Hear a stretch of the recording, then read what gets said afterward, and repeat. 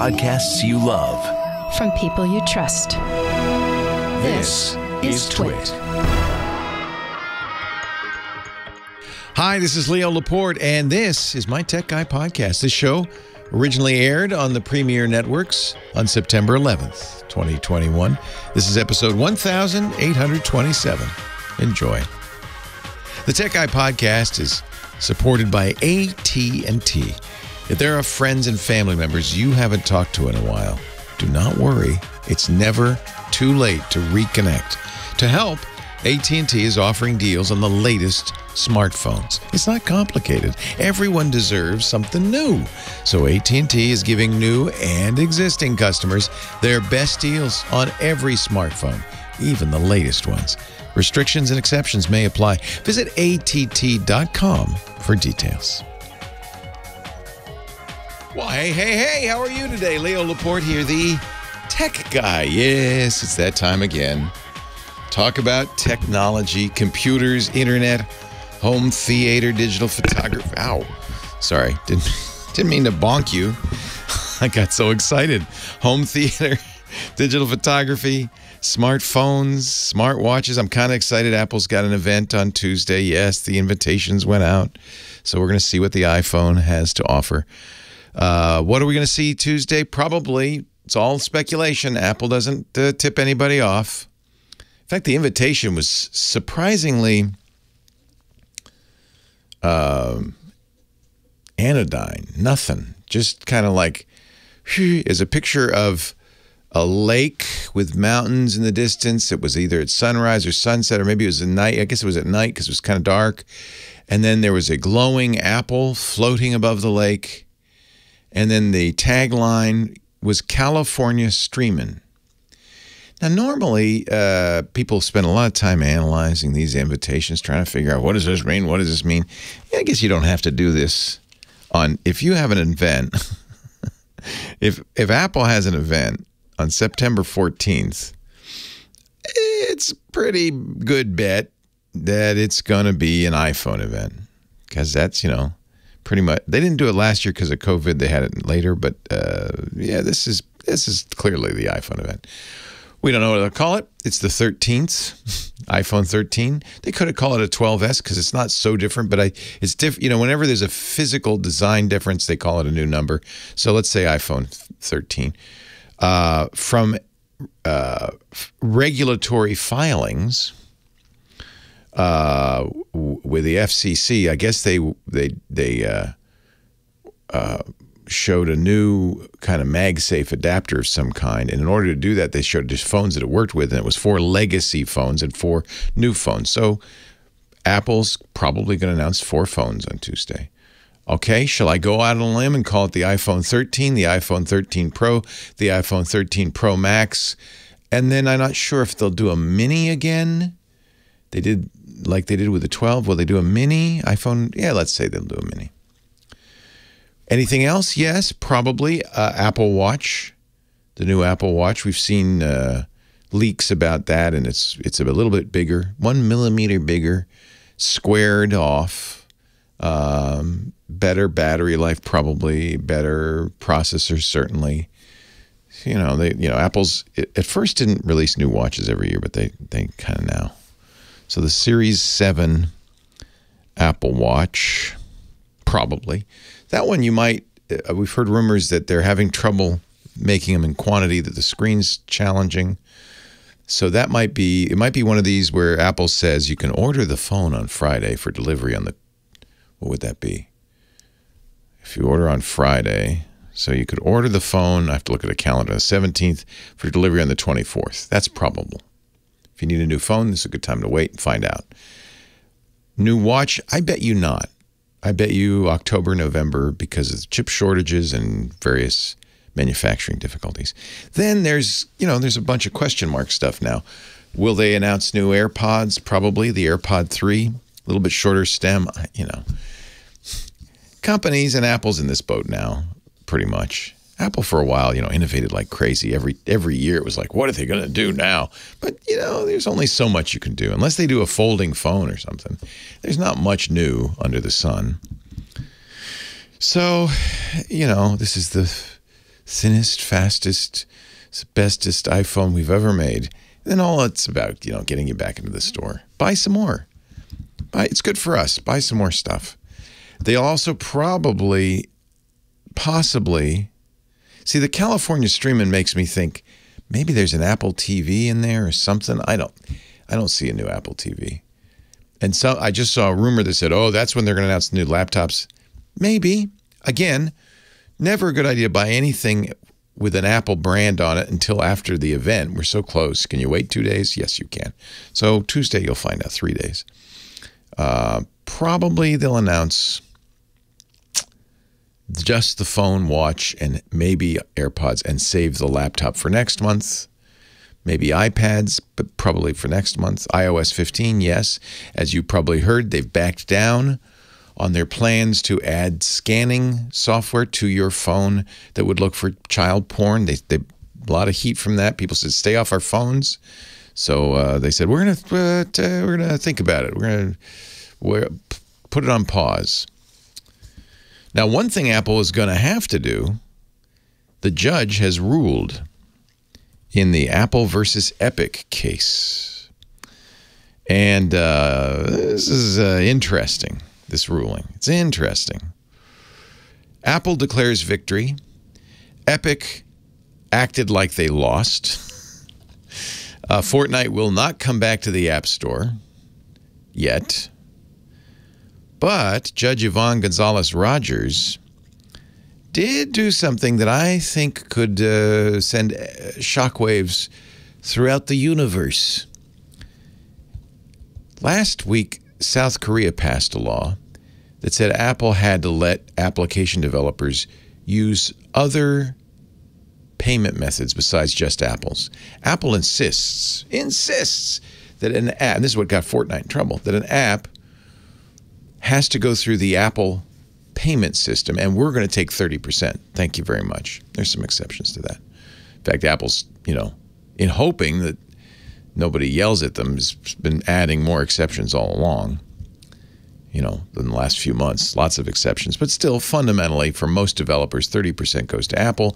You get the luxury of keep having your app on the store, using their payment system. There's some benefits. Epic didn't like that. Epic said, no, we want them to buy our special Epic tokens from us directly. Apple said, no, you don't. Pulled them off the store. Epic sued.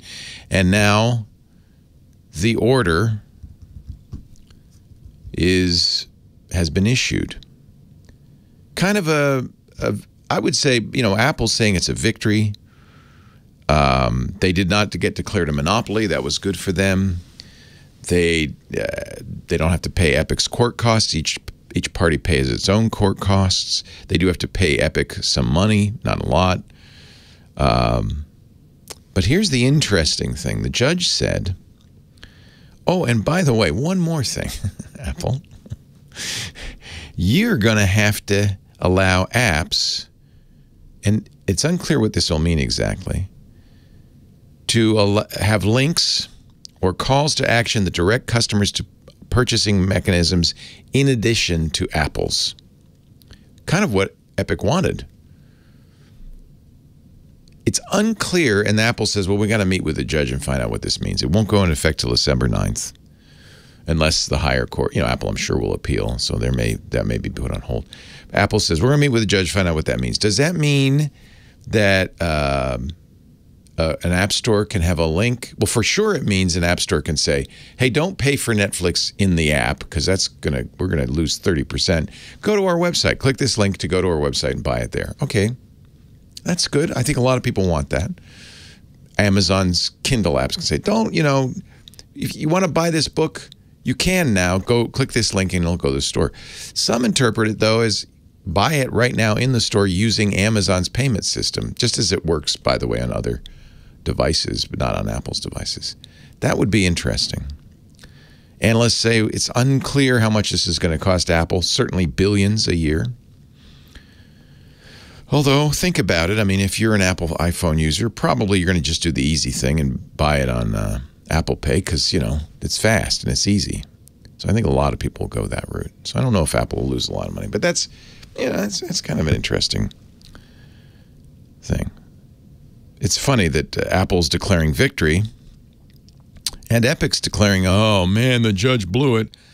But I think there's some room for movement here, which is very interesting, and I'm sure Apple's not thrilled about that. So those are the two big stories, Apple stories this week. There's more to talk about, and certainly we will do that with you. Our phone number, if you want to call and ask a question, make a comment, get some help.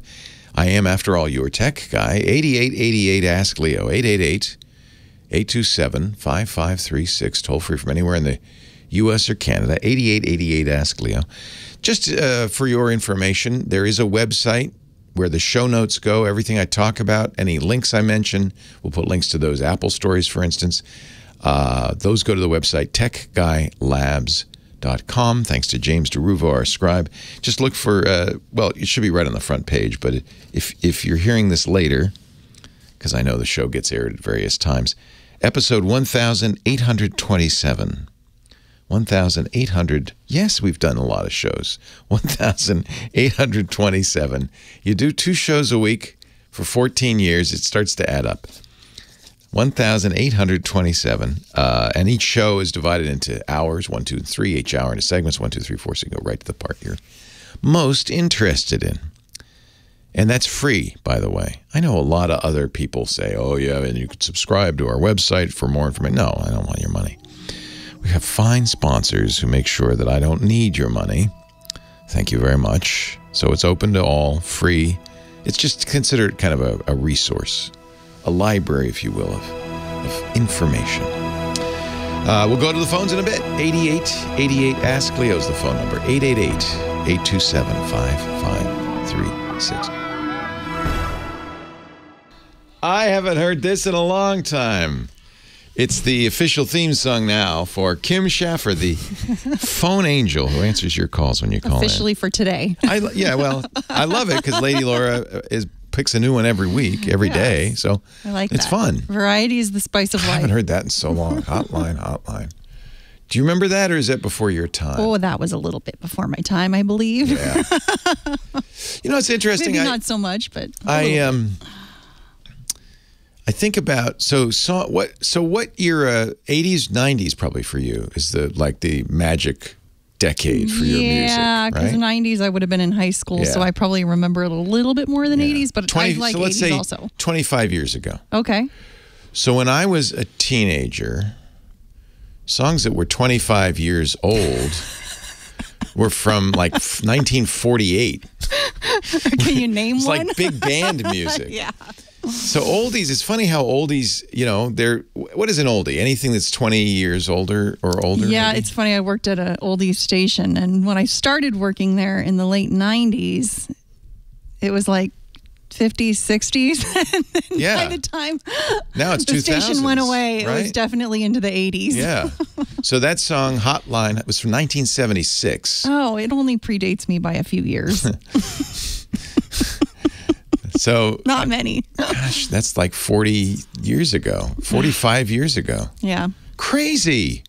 So a 45-year-old song when I was a kid was from the 20s.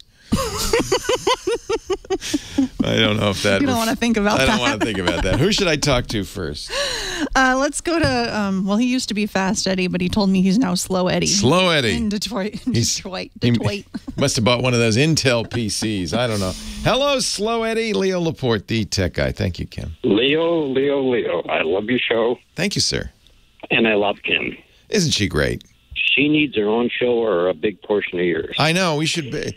I'm thinking about bringing in some more voices. We turn this into the Tech Guy Zoo, and have I think we should have some more voices. And then I'll get a bell and a horn and a. We can make. Let's not go to Bulldog on the old Fraser Crane show. Yeah, kind of like that. Exactly. No. That's old school. Let me tell you. Hey, what can I do for you, Slow? Why are you slow all of a sudden? Because I'm old. Oh, yeah, well. I used to be Fast Eddie, but, now you're slow. I can't run fast anymore. So if Kim was chasing me, I'd have to let her catch me. In your dreams, my friend. What can I do?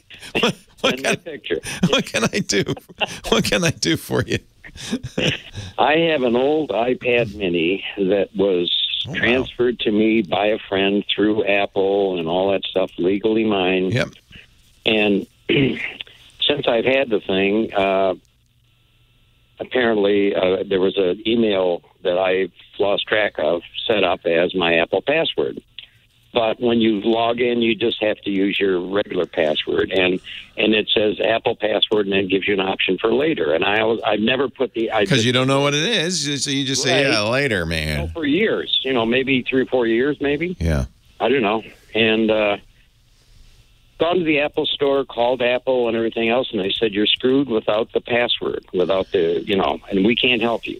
You have to go to I forgot. I go to hell, Go to iforgot.apple.com. This is so Apple's a little bit of a dictatorship, I have to say. A little bit. And it's very much Apple's way or the highway. The reason they started doing this is to prevent theft, right? So if somebody if you'd stolen that mini or your friend forgot to release it, you wouldn't have been able to activate it.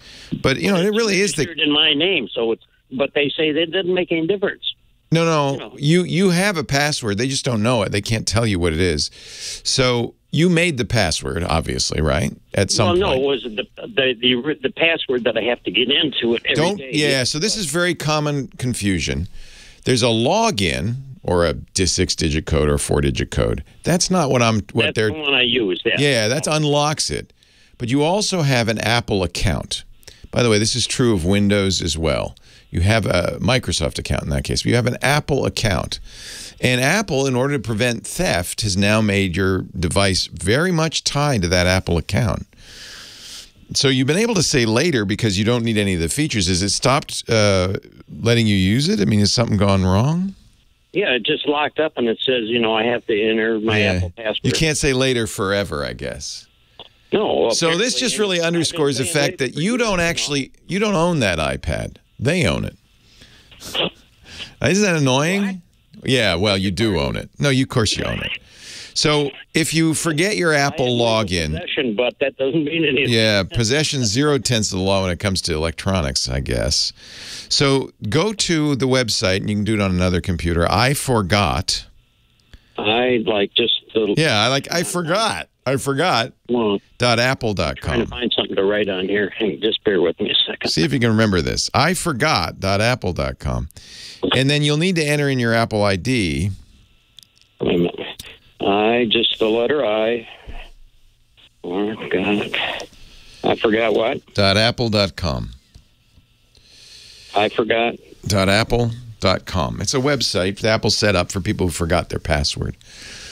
It is a little annoying. Microsoft's moved in this direction too, and Windows 11 will require you to set up a Microsoft account to use it.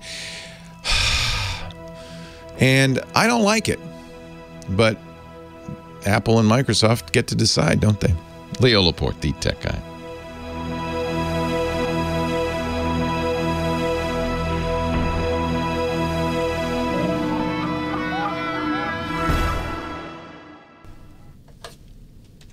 The Tech Guy Podcast brought to you this week by AT&T. If there are friends and family members that you haven't talked to in a while, don't worry. It's never too late to reconnect. To help, AT&T is offering deals on the latest smartphones. It's not complicated. Everyone deserves something new. So AT&T is giving new and existing customers their best deals on every smartphone, even the latest ones. Restrictions and exceptions may apply. Visit att.com for details. There is much more to this man's trip, my friend. The shofar blowing, home theater reviewing, Scott Wilkinson, home theater geek, is here from techhive.com. Hello, Scott. Hey, Leo. How did the shofar blow go? Oh, it went great. I got 31 seconds on my long blast. But who's counting? Well, everybody. Not my best, not my personal best, but still not bad. I think it's hysterical. Anything over 30 is fine with me. But the kids are timing you. They are. The kids are timing me. Mm-hmm. So, big event in the home theater world is coming up this week. Oh, yeah. And I'm looking forward to it because they didn't do it last year. because of the pandemic. Oh.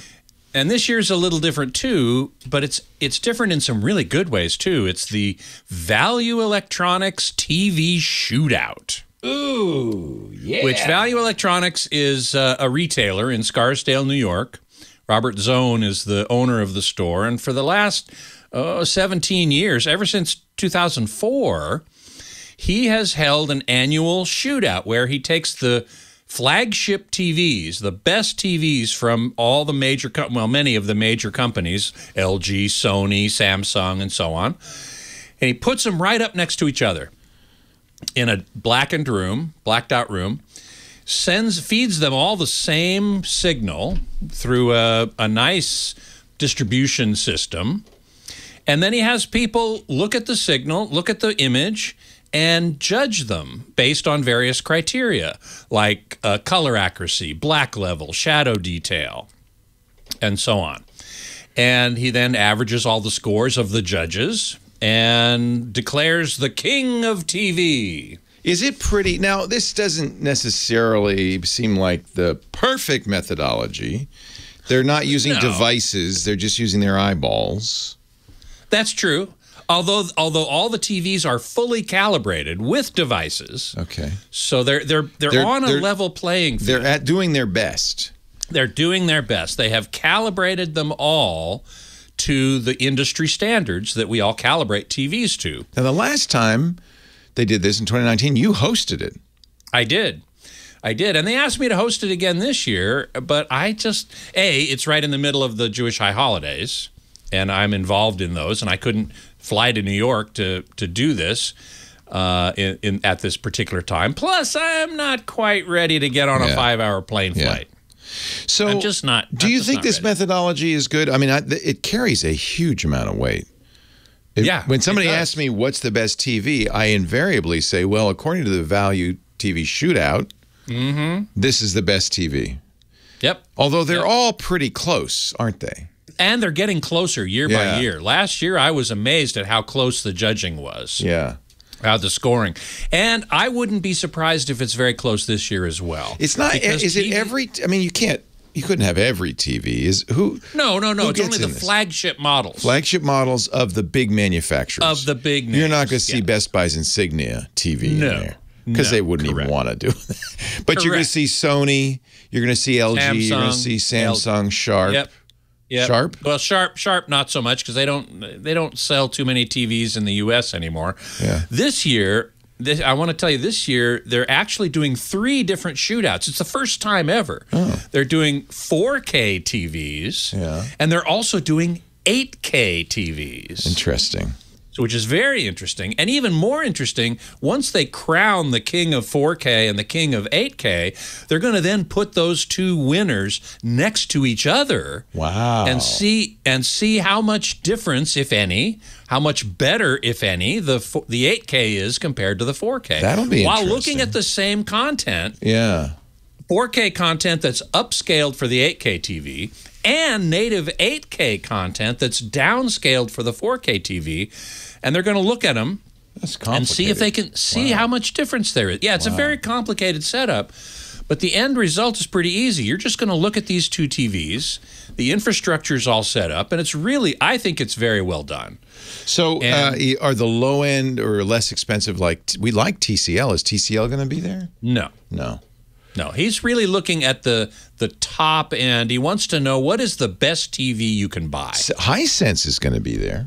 Now, Hisense is going to be there this time in the 4K TV category because they have a new technology called dual cell. Yeah. And what that is we've talked about it on the show a couple times before. You have an LCD TV with a regular LCD panel, 4K, and then behind it, you have another LCD panel that's only black and white. It only brightens or darkens. It's basically a super full array local dimming. And according to preliminary results, it looks really good. It gets a great black level, great contrast. So, we'll see how it fares against OLEDs and Samsung's QLED, quantum dot LED. That's kind of interesting because there's LG and Sony in the 4K have OLEDs. And Samsung. Yeah, correct. Samsung's a QLED. Correct. And then Hisense is a dual cell LCD. And then in the 8K, there's only one OLED. That's LG's. That's right. And it's $20,000. Jeez. And the other two are LEDs, and they're in these $6,000 range. Won't OLED automatically just win? Well, if you value contrast over brightness, yes, it will. So this depends a little bit on the journalists who are doing the experts who are doing the... And the judges are experts. I mean, they're directors of photography and compressionists, people who look at video images for their profession. It is a small set of TVs. It's not a... Well, but is it like everybody else? We know you're not going to be as good, so forget it. Correct. Yeah, that's right. Holy cow. That's right. That's got to hurt. I want to mention... I got to mention there's a third showdown this year of UST projectors, ultra short throw projectors. Oh, I have one of those. You have one of those. I love in fact, Hisense is one of the entries That's into the one that. I have, yeah. But I have an older one. I have the You have an older one. This is the new one. Yeah. Hisense, Boy, the LG, price has Samsung. dropped a lot on these. Can you look at that? It's half what I paid for my Hisense. That's ridiculous. That's right. $5,000 to $5,500. You paid closer to $10,000. I think. Yep. It does include a screen. It does. Kind of has to. And the Hisense here does as well. Yeah.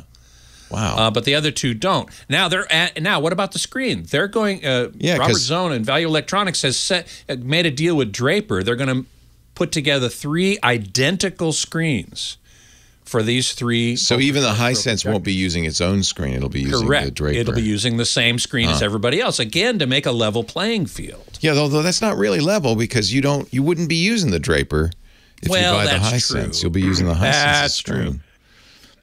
Yeah, that is true. Yeah. So, this stuff it's not perfect. No, and that's a point to be made. This stuff is really hard and fairly subjective. It's not, it's really these experts looking at it saying, well, I like how that looks. But, and that's why he gets like, I don't know how many, 8 or 10 experts, right? And then averages their scores. Is there generally a consensus like everybody says, yeah, the LG was the best? That was obvious. Well, there generally is. It's not 100%. Yeah. Yeah. But I think the averaging of many scores does help. Sure. Even out the result. So I think the result of this event is very good. It carries weight. It really does. It carries weight, and I think it's done very well. Yeah. I applaud Robert Zone for all the work he puts into it to make it fair and equitable. If you want to get the details, it's coming up. It starts tomorrow and Monday. Tomorrow and Monday. Yep, all day long you can stream it. You can live stream it. You can watch it, which is really cool. Probably like watching paint dry, but still, a little bit. Go if you're interested in this sort of thing. TechHive.com. Scott's got an article on the Value Electronics TV Shootout, and then next links week to the live stream. You'll tell us the king of TVs next week. Yes, I sure will. Yes, I will. Thank you, Scott. Leo Laporte, the tech guy. More calls right after this. The king. The king.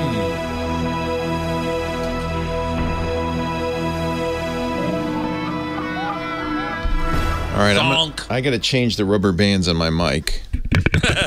So while I'm doing that, I'm going to let you take over. Thank you so very much. Yes.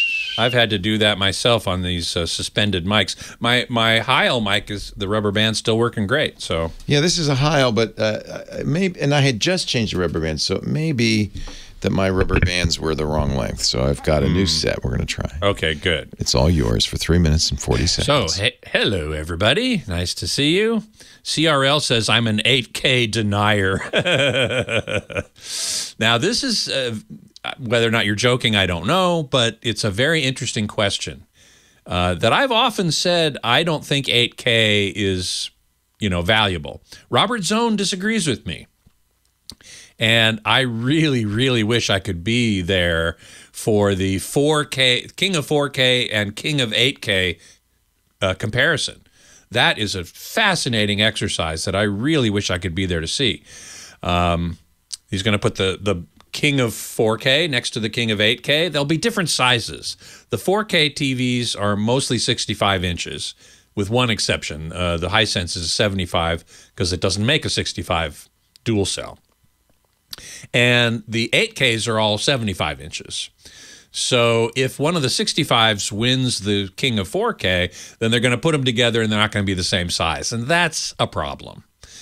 Because a bigger image always, we as humans always adjudicate it to look better. But, these are professional video watchers, essentially, compressionists and directors of photography and, people who really know their stuff. So hopefully they can get past the prejudice that, this is a bigger screen, so it must look better. And I really, really would love to see that direct comparison between 4K and 8K. Robert Zone says there's absolutely a difference. 8K absolutely looks better. I need to see that for myself, and if I were there, I would be looking very carefully at that. So there you go on that. Alan Gabriel, no Vizio? No. They just don't think it's going to match the LG OLED or the Sony OLED or the Samsung QLED. They just don't think so. Mike High says, Hisense introduced a new UST at Cedia. What if they gave a Cedia and no one came, like a tree falling in the forest, etc.? Mike, you didn't go to Cedia, I think, right? I think we talked about this. I talked about this last week. There were 130-some companies who dropped out. It must have been a ghost town. It must have just been a ghost town. Let's see here. Evndil, good screen name, don't know what it means. Shana Tova to you. Help, I have a TCL TV and I'm trying to program my DirecTV remote to the TV. None of the codes they give online seem to work. Any ideas? I don't know about DirecTV. I suspect it's the same as Dish. I have Dish. And there is a way to do a manual program. That is to say, you put the two remotes facing each other on a flat surface like a table, and there's a way to get the DirecTV remote, I assume, certainly is with Dish, to learn each of the remote codes from the TCL TV. You look into that, because I'm almost certain there's a way to do it. There certainly is with Dish. Very nice. Very nice. Of course, on this September 11th, the 20th anniversary. Leo Laporte, the tech guy, 88. Thank you, Professor Laura, for playing that. 8888 Ask Leo, the phone number. Let's move on. Let's get back to the phones. Mark is on the line from Tustin, California. Hi, Mark. Hey, how you doing? Wonderful. How are you? Good. Hey, in these trying times, you should put up that vitamin D thing you did with Steve Gibson. Yeah. I have not been sick except for once since 2008 a podcast. I used to get sick with a flu, and I took the flu shot, got sick 2 to 4 times a year with the flu. Yeah. And then I stopped taking the flu shot and started taking vitamin D. I've only been sick once since 2008. Nice. It's online on our website at twit.tv/SN. I'll put in the show notes, I'll put a link to the full piece. I don't want to I'm just a tech guy. I don't know anything about medicine or health, so I don't want to get involved in that. But I will put that link up on our show notes. And you could Google vitamin D security now, I think, and probably find it pretty quickly. What can I do for you, Mark? Hey, so I was helping somebody with the new M1 Mac 24-inch, and the first one only had 8 gigs and had problems with Time Machine. So we got a new 16 gig, which still comes up every once in a while with low memory, and still comes up with problems with Time Machine. And I'm wondering if you, and I will look for the show notes if anybody in the audience has run into this. One suggestion I would make, and this might be related, on the newer Macs, Time Machine uses the new APFS file system. And in order to use it, you have to start over with your Time Machine. I would definitely suggest doing that. Yeah, we reformatted it like 3, even with Apple's help, like 3 times now. Okay, so they said the same thing. They said, yeah, you got to use APFS. That started, I think, with Catalina, but that's That's the new Apple file system. Everything is moved over to it. It started with the iPhone. Now all the Macs now are using it. And Time Machine, which was on the old HFS file system, which was, honestly, a very kludgy way of doing these backups. It's much better, I think, in theory on APFS because it supports things like snapshots. I'm not sure why it's running out of RAM, though. That's interesting. I've not experienced that. And Apple, what did Apple say? Did they have any suggestions? We did, get rid of some startup stuff in the users. Yeah. And so we got rid of a few startup items, and that really got rid of the problem for the most part. So interesting. So he just had a lot of stuff running in the background, huh? Must have been. But even then, there were some times where it would just boot, and you wouldn't do anything to it. Maybe had, like, Safari and Mail open, and it would still do it. Yeah. And then we got rid of some of the startup items, and then I started, I think, like 25 programs, and then it really wouldn't do it. And then we'd turn them all, and it kind of would do it again every once. But the low memory thing, that pretty much almost never happens anymore. But the Time Machine backup issue where it says it can't write a file, that still happens at least once a day. Boy, that's frustrating. Yeah, and I was just wondering because I had 3 iMacs from customers on the same Saturday log them in High Sierra, log themselves out. So literally on the same day, 3 people. Wow. It would just every 2 minutes it would log them out, and 2 of them just bought new Macs. There's absolutely 16 gigs of RAM is an obscene amount of RAM. Even for Intel, it's a huge amount of RAM. And, of course, the M1, the Apple Silicon-based Macs, should be much less RAM-intensive and should do even better with 16 gigs of RAM. I'm baffled by this. This is almost certainly a problem with Time Machine, not with the amount of memory. So there's something wrong with honest, just between you and me. Time Machine's great for inexperienced users and so forth, but it is not, in my opinion, the best way to back up a Mac. All right, what do you want to? What would you recommend? Well, I mean, this isn't really a solution. Well, maybe it is a solution for these problems. But I use, so generally the way I like to back up is to make and it's fine to use an external drive. Don't forget though, you want to use iDrive or some sort of cloud backup as well. You want offsite, yeah.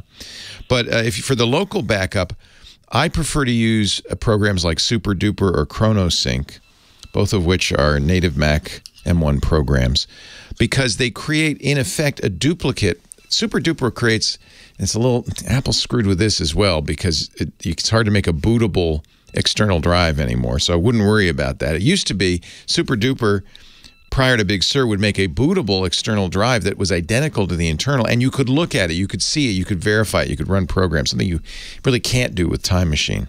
And so then you've got an exact duplicate. In fact, should your internal drive fail, you could, in the old days, just boot to the external drive and it all would be well. You can't do that anymore without some extra effort. You actually have to install Big Sur on the external drive, et cetera, et cetera. If you go to SuperDuper's website, he's got a write-up on how to do this.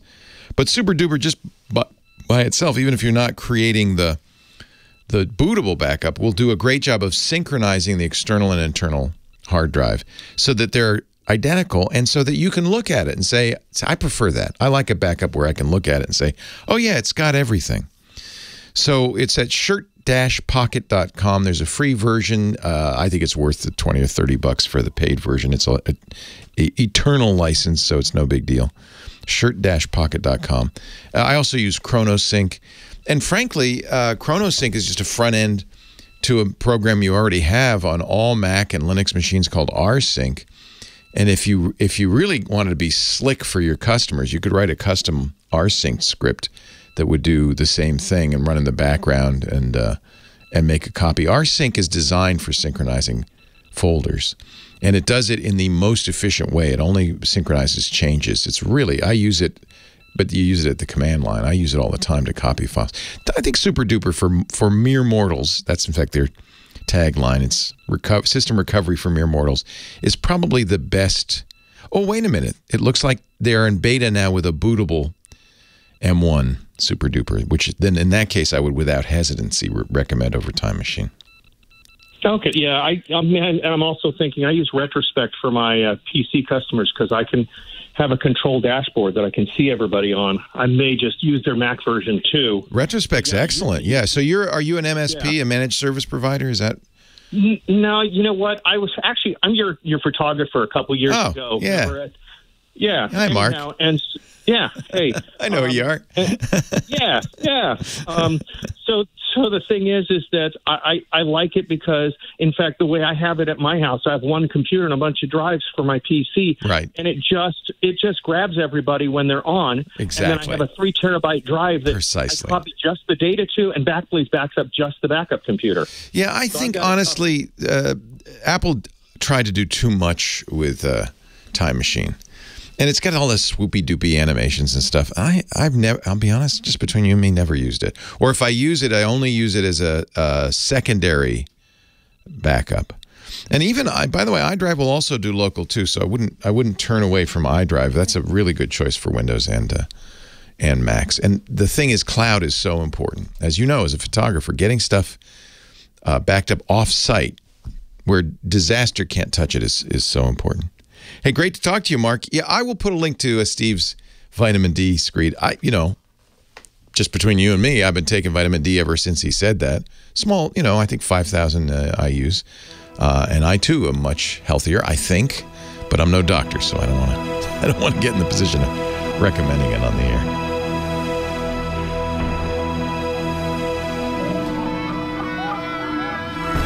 As you can see, I struggled with this a little bit, Scott. Yeah, I saw that.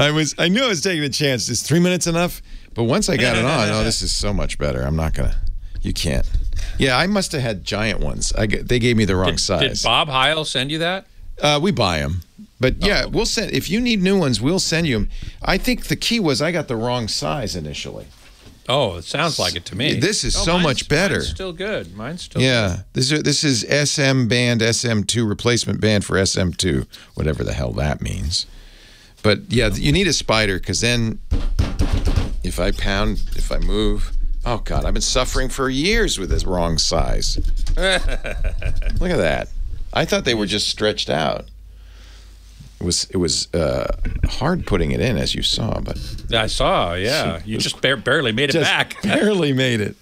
Anyway, thank you. I didn't even get to ask you. Do you want to stick around? Of course. You're on, man. Always. Thanks. Hey, everybody. Good to see you as always.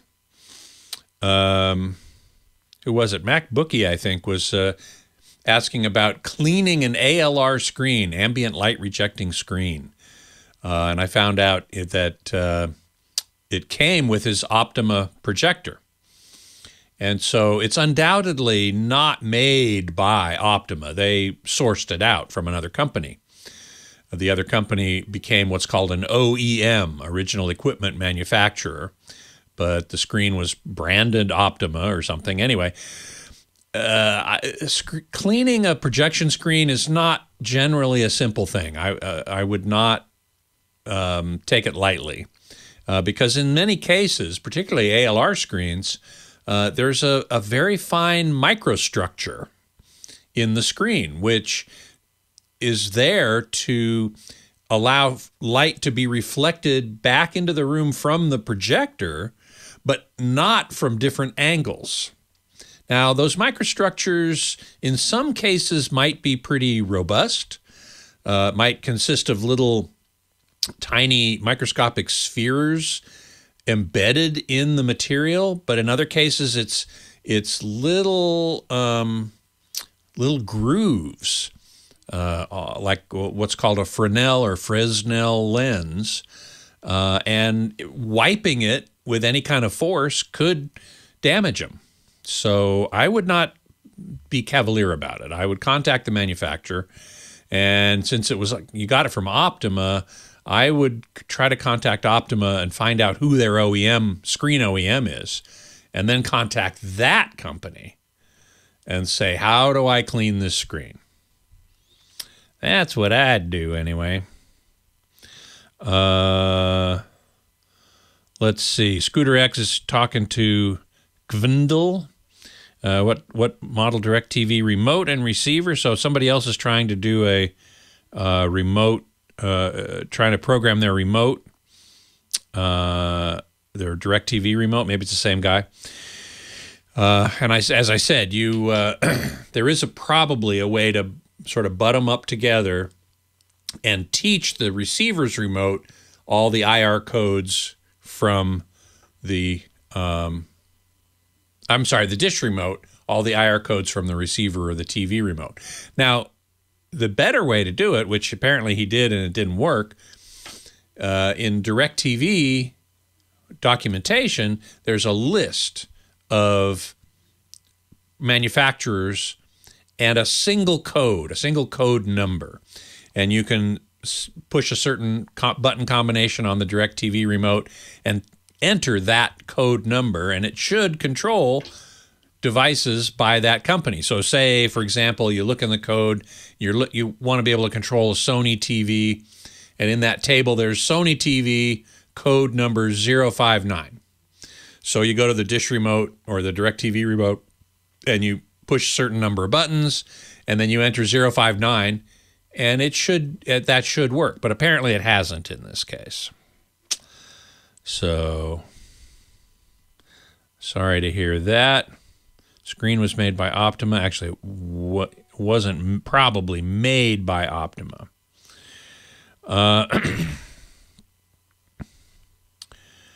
Let's see. Jim Allen asks, would rescanning original 70-millimeter films to 8K be a good argument for 8K? And the answer is yes. 70-millimeter would probably scan to 8K very well. Robert Zone actually made another argument that I just remembered, which is if you're a photographer, a digital photographer, and you're using even a moderate camera, it probably has 8K resolution. Some phones even have 8K resolution. And displaying that on an 8K display should be pretty wonderful. Also, 8K displays are generally larger than 6K displays. As in the Shootout, they're using the smaller size of 8K flat panels at 75 or 77 inches in the case of the LG. They go up to 85 and larger. And when you increase the resolution, you also want to increase the size in order to get the benefit of it. So larger screen, photographers often capture in 8K. There are now 8K video cameras that are not tremendously expensive. I think Sharp has one in the $5,000 range. That's not cheap, but digital cinema cameras are tens and hundreds of thousands of dollars. So it's cheap by comparison. So yes,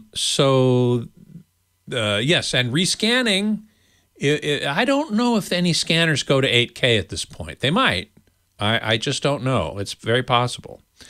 Certainly digital cameras, digital cinema cameras like Red and Blackmagic and Sony and JVC, most of those do. Red certainly goes to 8K. Blackmagic, I think, does too. So we're going to get more and more 8K content. How that gets distributed is another question. So let's see. I saw another question here. What was it? Richard C. Is pianoforte Italian for audio high dynamic range? Yes. What a great question. That's exactly right. What we call the piano was originally called the pianoforte because it had wide audio dynamic range. It went from piano to forte. That's brilliant. Exactly right. W. Noble asks, what would you recommend for a home theater projector for outdoors? Budget is $3,000, $3,000. Just get the brightest one you can, I would say. Epson, I'm sure, would be good. Optima would be good. I probably wouldn't put a high-end JVC out there. You wouldn't be at 3K then. You'd be more like at 5K anyway. But yeah, one of the brighter projectors from Optima, BenQ, ViewSonic You could probably easily get into that for $3K. Mr. Wilkinson, thank you so much. My pleasure, as always. Have a wonderful week of awe. A week of awe it shall be. And next week, the results of Value Electronics. I can't wait. Yeah. Take care. Thanks. Well, hey, how are you today? Leo Laporte here, the tech guy. Time to talk computers, the internet, home theater, digital photography, smartphones, smartwatches, all that jazz. Travel guru Johnny Jett coming up later this hour. If you want to talk about tech, I'm here for you, babe. I'm here for you. All you got to do is call 8888 Leo, and I'll help you out, man. You're a tech guy on the radio. Website, techguylabs.com. I mentioned that because everything gets put there, so you don't have to write anything down. Techguylabs.com, and that's free. There's no sign up. We're going on a cruise. No, don't worry, not this year. Next year, I figured July 2022 will be a good time to go to Alaska. Yeah. And we're putting together a cruise with our podcast community. I just want to let you all know, your radio community, you're invited too. It's my wife and I and our Windows Weekly host, Paul Thurrott, and his wife will be hosting a 7-day cruise to Alaska with Holland America aboard the MS Eurodom. Beautiful ship. Really, really pretty ship. I've actually done this cruise, and it's great. In fact, if you just want to get a sense of it, download the variety of excursions in Juneau and Anchorage, and it's just there's one I can't wait to go on. They take you out to a glacier and you get to ride a dog sled on the glacier. See, that sounds cool. Anyway, you want to know more? It's cruise.twit.tv, cruise.twit.tv. They had a discount going on the reservation. I don't know if that still is, but I would certainly check it out. And if you're at all nervous about traveling, you can read what Holland America is doing to make sure it's safe. Everybody has to be vaccinated on the cruise. It's going to be a lot of fun. I hope you will come with us. Cruise.twit.tv next July, next summer. We'll be ready, won't we, by then? Jeff on the line from Vallejo, California. Hi, Jeff. Leo Laporte, the tech guy. Hi. Hey. Yeah, I have my mother passed away, and I've taken over the finances for my dad. Okay. And I got one of these Chromebooks just because it was cheap, and it has a built-in firewall.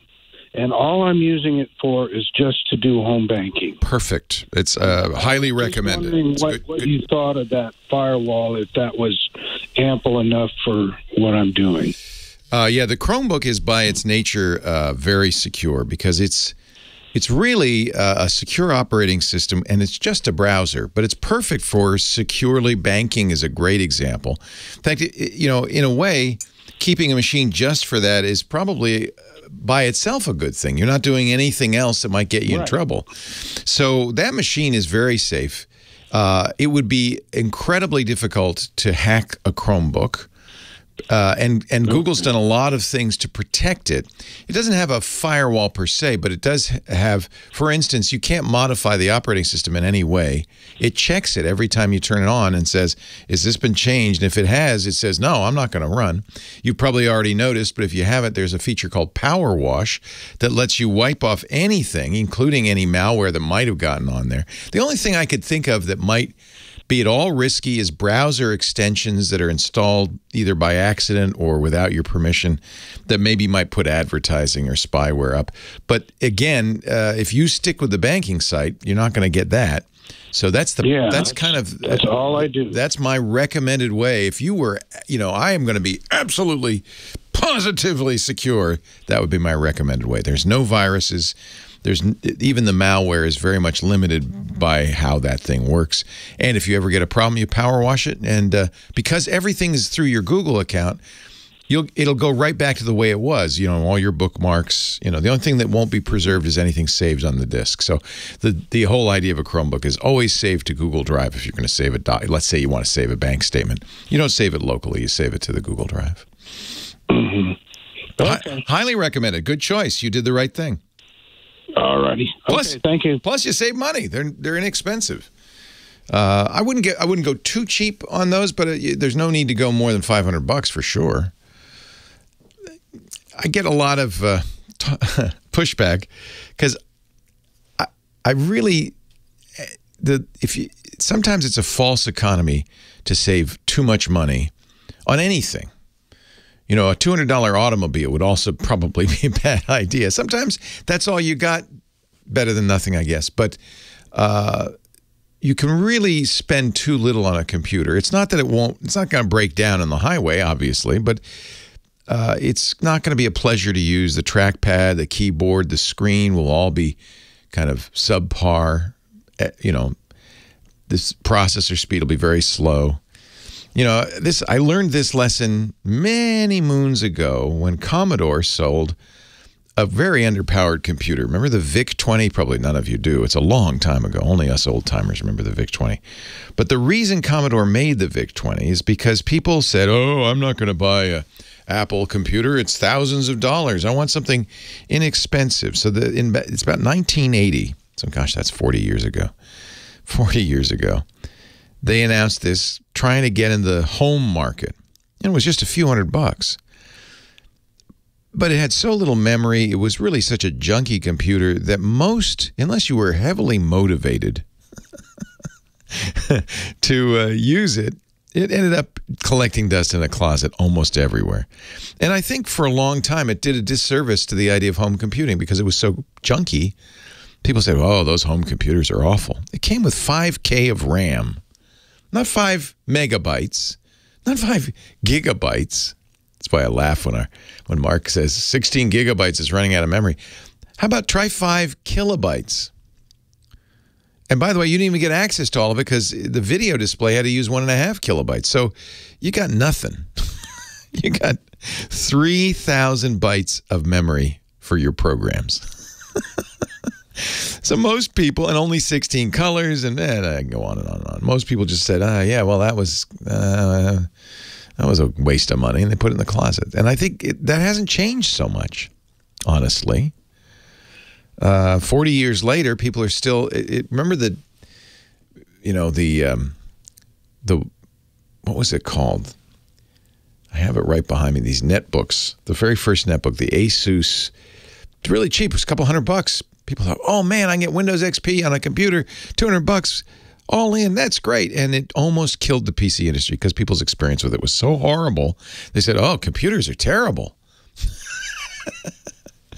In fact, I would say that more of a novice you are, the more of a beginner you are, probably the more you should spend, not the less.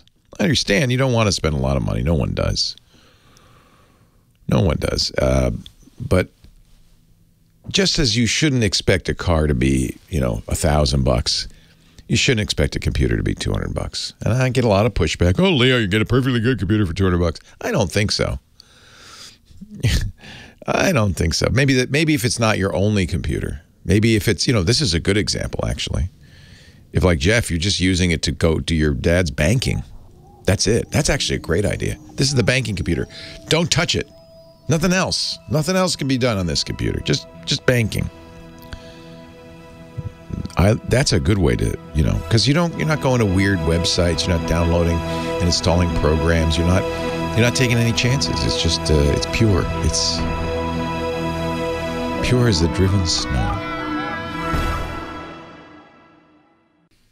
Leo Laporte, the tech guy, 8888 Ask Leo. Matthew on the line from Marietta, Georgia. Hello. Or Marietta, California. Sorry, I saw a C. I thought it was a G. Hello, Matthew. Hi, Leo. I had a question about streaming TV. Okay. I'm having some issues with my streaming TV where it seems to want to buffer consistently. Yeah. I'm on 500 fiber internet. I've hardwired my Fire 4K stick, and it still does that occasionally. Yeah, so buffering should not happen with what you just described, because what buffering is, when you're streaming something, if you're just sending and receiving email or looking at web pages, the bits and pieces, the internet, data in the internet is broken up into what we call packets. The bits and pieces don't have to arrive in order. If an email, you know, packet 1, 3, and 5 arrive, then 2 and 4 arrive after that, no big deal. But it would be terrible on a Skype call or a Netflix movie if the 1, 3, and 5 arrived, it played those, and then it said, oh, I forgot 2 and 4 and played those. It would be a mess. It would sound nutty. So you got a couple of choices. If you can't keep up, if you're dropping packets, you got a couple of choices. You could just drop the packets. That's what a Skype call sometimes sounds like that. Bits and pieces are dropping out. Those are packets that didn't arrive in order or in a timely fashion. So you just don't play them. Obviously, that's not going to be a very good experience if you're watching streaming video. So all streaming audio and video players buffer. They get ahead. In fact, when you first start a stream, sometimes it'll take 10, 15, 20 seconds. What it's actually happening is it's downloading the first 20 seconds or 30 seconds of the show before it starts playing.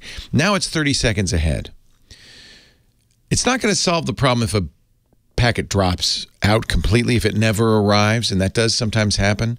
You're going to have a dropout. It's going to be a glitch. And you might even be seeing glitches from time to time. But if the packets arrive out of order, 1, 3, 5, and 9 came, it doesn't have to play them right away because it's 30 seconds ahead. It can wait for 2, 4, 6, 7, and 8 arrive, and then it'll rearrange them in order, and 30 seconds later it'll play that. But every time that happens, you decrease the size of your buffer by the size of the misaligned packets. You lose a little at a time. So rebuffering is just, hey, the delivery was so poor, so out of order, that I had to use up our buffer. So now we're going to pause, collect another 30 seconds ahead of time and continue on. So now you understand what that is. So what can cause that? Well, it's not, in your case, internet speed. You got a lot. 500 megabits is plenty. I would, hardwiring, very smart. That's going to give you the maximum throughput. You know, Wi-Fi, there's some overhead, so you maybe get only 50 or 60% of the maximum. So you're getting most of that 500 going to the Fire TV stick. The Fire TV stick could be the culprit. If it doesn't happen on another device, I'm not crazy about sticks because they get hot. They're underpowered to begin with. That's another thing that can cause buffering. If the computer itself can't keep up with the packets as they're coming in and can't get them played back in time, you're going to lose buffer as well. So it could be the Fire TV stick. You know, check to see if you have the same problem on your computer watching YouTube, or if you had a Apple TV or a higher quality TV. The sticks, which are devices that just plug right in the HDMI port, they're so small, they don't have fans. They're really limited, and so as a result, they overheat. They're subpar in experience, and that could also be the problem. There could be other issues too. You might have 500 megabits of speed, but there might be problems with it. That might be getting packets coming in out of order. There might be something called jitter. Jitter is something to look at. That is the difference in lag between different packets. If it's consistent, that's a low jitter. If it's all over the place, packet 1 came in and then you had to wait a millisecond for the next one, and then 100 milliseconds for the third one, and then 20 milliseconds for the fourth one, that's a lot of jitter. Jitter can also cause this problem. There are download diagnostic tools that you can look at your download speeds and see if you do have high jitter. You also want to look at something called buffer bloat.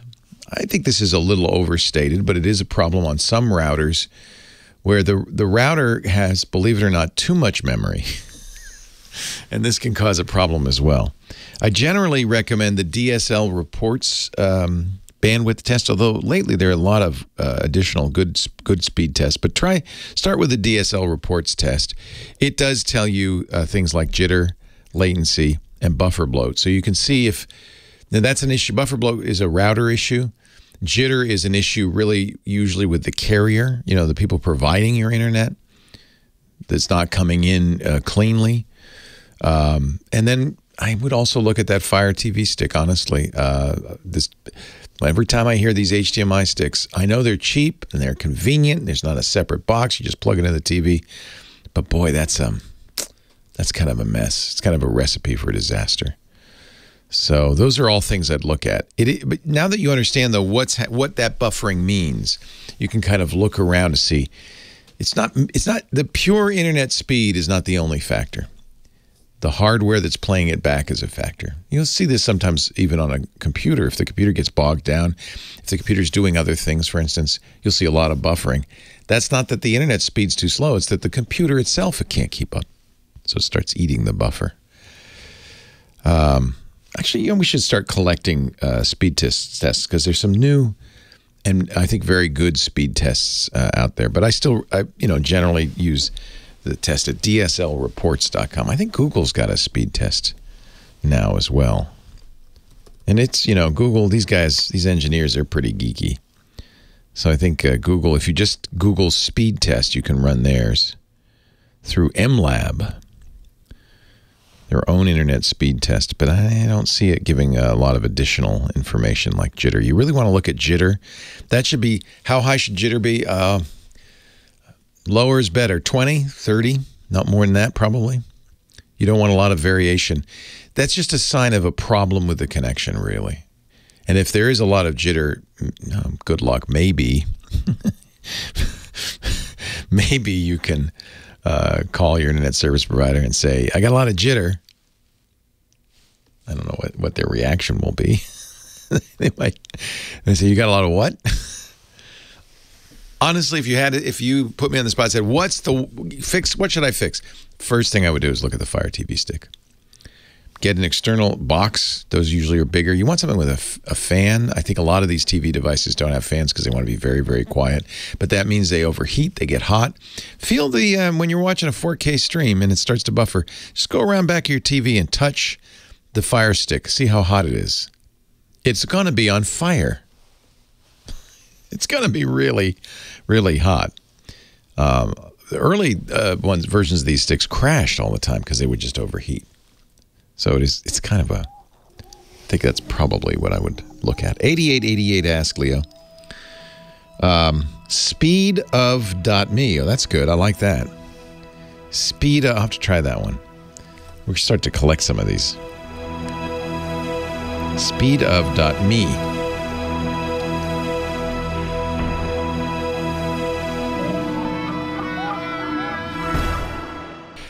He's been everywhere, man. He's the traveling guy. Johnny Jet helps us travel better with tech or not travel at all in the last year and a half. Johnny's website, johnnyjet.com, full of great information. There's newsletters there that are absolutely free. And all your newsletters are free, aren't they, John? All free. I do a daily travel tip, which has a daily travel tip. Every day. It's daily. So I'm writing a lot. And I was up this morning at 3, which is why I probably look pretty tired. But, one of my tips this week, this is a time to buy Thanksgiving flights. If you're thinking about traveling, you're not going to get it much cheaper now if you wait. So, the great thing about buying tickets right now is that most airlines are not charging change fees, except for their ultra low fares, like the basic economies. You want to stay away from those just in case your plans change. I mean, my plans are always changing. I had a flight last night. I canceled literally an hour and a half before. So I always buy the flights that you can keep canceling. And it's usually not much more money these days. And regarding that, by the way, I wrote a post. One of my tips this week was dealing with your credits. I had a reader write in and say, hey, I have all these American Airlines credits that are about to expire. And I had the same problem. So if anyone's listening and has this with American or other airlines, here's a couple ways to get your money back, which is almost impossible, but it's kind of a hack. But so I called up and I asked the airline, I said, how many credits do I have? And they looked it up. They said, you have 6 flights that you canceled. But they're for different amounts of money. And so I had 2 international ones where I canceled the flights. They're like, listen, you can't use the international ones 2 at a time. So when you're booking using these credits, you can only use either 1 credit or 2 credits on 1 flight. So one way around it is by booking one-way tickets. Don't book a round trip. So let's say I'm going to LA, New York, like I was supposed to this week. I was able to use 4 credits because I used 2 on each flight. And that paid for my ticket, actually. But now, because I just canceled, I have those credits right back, and I just have 1 credit on each of those flights, and I can use them for good for a year. And now if I book it for another flight and it gets canceled, I'll get my money completely refunded. I'll get cash back. It makes me mad, though. It feels like well, I guess because you canceled the flight, not them, right? If they cancel, they have to give you the money back, don't they? They have to. It's by federal law. The DOT mandates it, although Air Canada, WestJet, a lot of the Canadian airlines really tick people off, including me, because they would not refund money until they got their big package from the government. But, they're getting fined right now. Yeah. So, and do not book through a third party unless you really unless you have to, or you find a really good deal, like a package deal. Right. Because going through third parties, which most people learned during the pandemic, it's very tough to get a hold of someone. And if you do get a hold of someone, they say, you know what, you need to contact the airline. Then you contact the airline, they'll say you need to contact the person you booked it through. So the only third party I would book through is a travel agent, not an online travel agent. Right. Generally, it's you've said before, best to wait until they cancel the flight. Well, that's one of the gambles. So if you want the money back, because the airline will most likely not cancel far in advance, so I wait usually a few hours before and see if it's either severely delayed or canceled. Always find out from the airline what their policy is, because I think Air Canada, you have to call 2 hours before departure. That's what you need to find out, is what's the deadline for me to cancel. Exactly. And then you'll wait till the deadline for you to cancel, and if they still haven't canceled, well, then you're going to have to cancel and take your credit. For American Airlines, it's when the departure is. If you wait till after the departure, then you lose the value. But you can go online and cancel it, which is what I did. If it's a delayed flight, you're waiting till the actual departure or the original departure time? I mean, I usually like to see if they change. If you book a ticket far in advance, chances are they're going to change the times significantly. Yeah. And that's one way of actually getting the flight that you want. So let's say I want to fly on a noon flight to New York from LA. Yeah. But the cheap flights are the 5 p.m. flights because no one wants to be on them. But I booked it, and then like 6 months later, they change it, and they say, sorry. And then I call them up and say, listen, I don't want to take a red eye at 11 o'clock at night. I have 2 little kids. They're like, okay, we'll just change you to the 12 o'clock flight. For no charge, no change fee. For sure. If they delay the flight by more than a couple hours, each airline's different on what the delay length is. Or if they cancel it, you get the money back. So, is there somewhere that has all these policies? Like, I guess you just have to comb through their website, right? Cancellation policies. No one wants to read their contract of carriage. I think it's 28 pages long. But there's stuff in there that might be useful. That's what we have you for, It's Johnny. definitely useful to fall asleep to, because it's good bedtime reading, because you will fall asleep. So even though COVID and Delta variant are around and problematic, you still are responsible, even if you're canceling because you don't want to take a chance. That's for sure. That's still you. That's still on you. But a lot of the airlines are cutting back their flights, so there's a chance that they'll cancel that flight. They're they're constantly, almost every week. Actually, the crankyflyer.com, it's a great website. He writes a newsletter, and every Monday he does a post on what airlines were cutting or adding. But these days they're mostly cutting.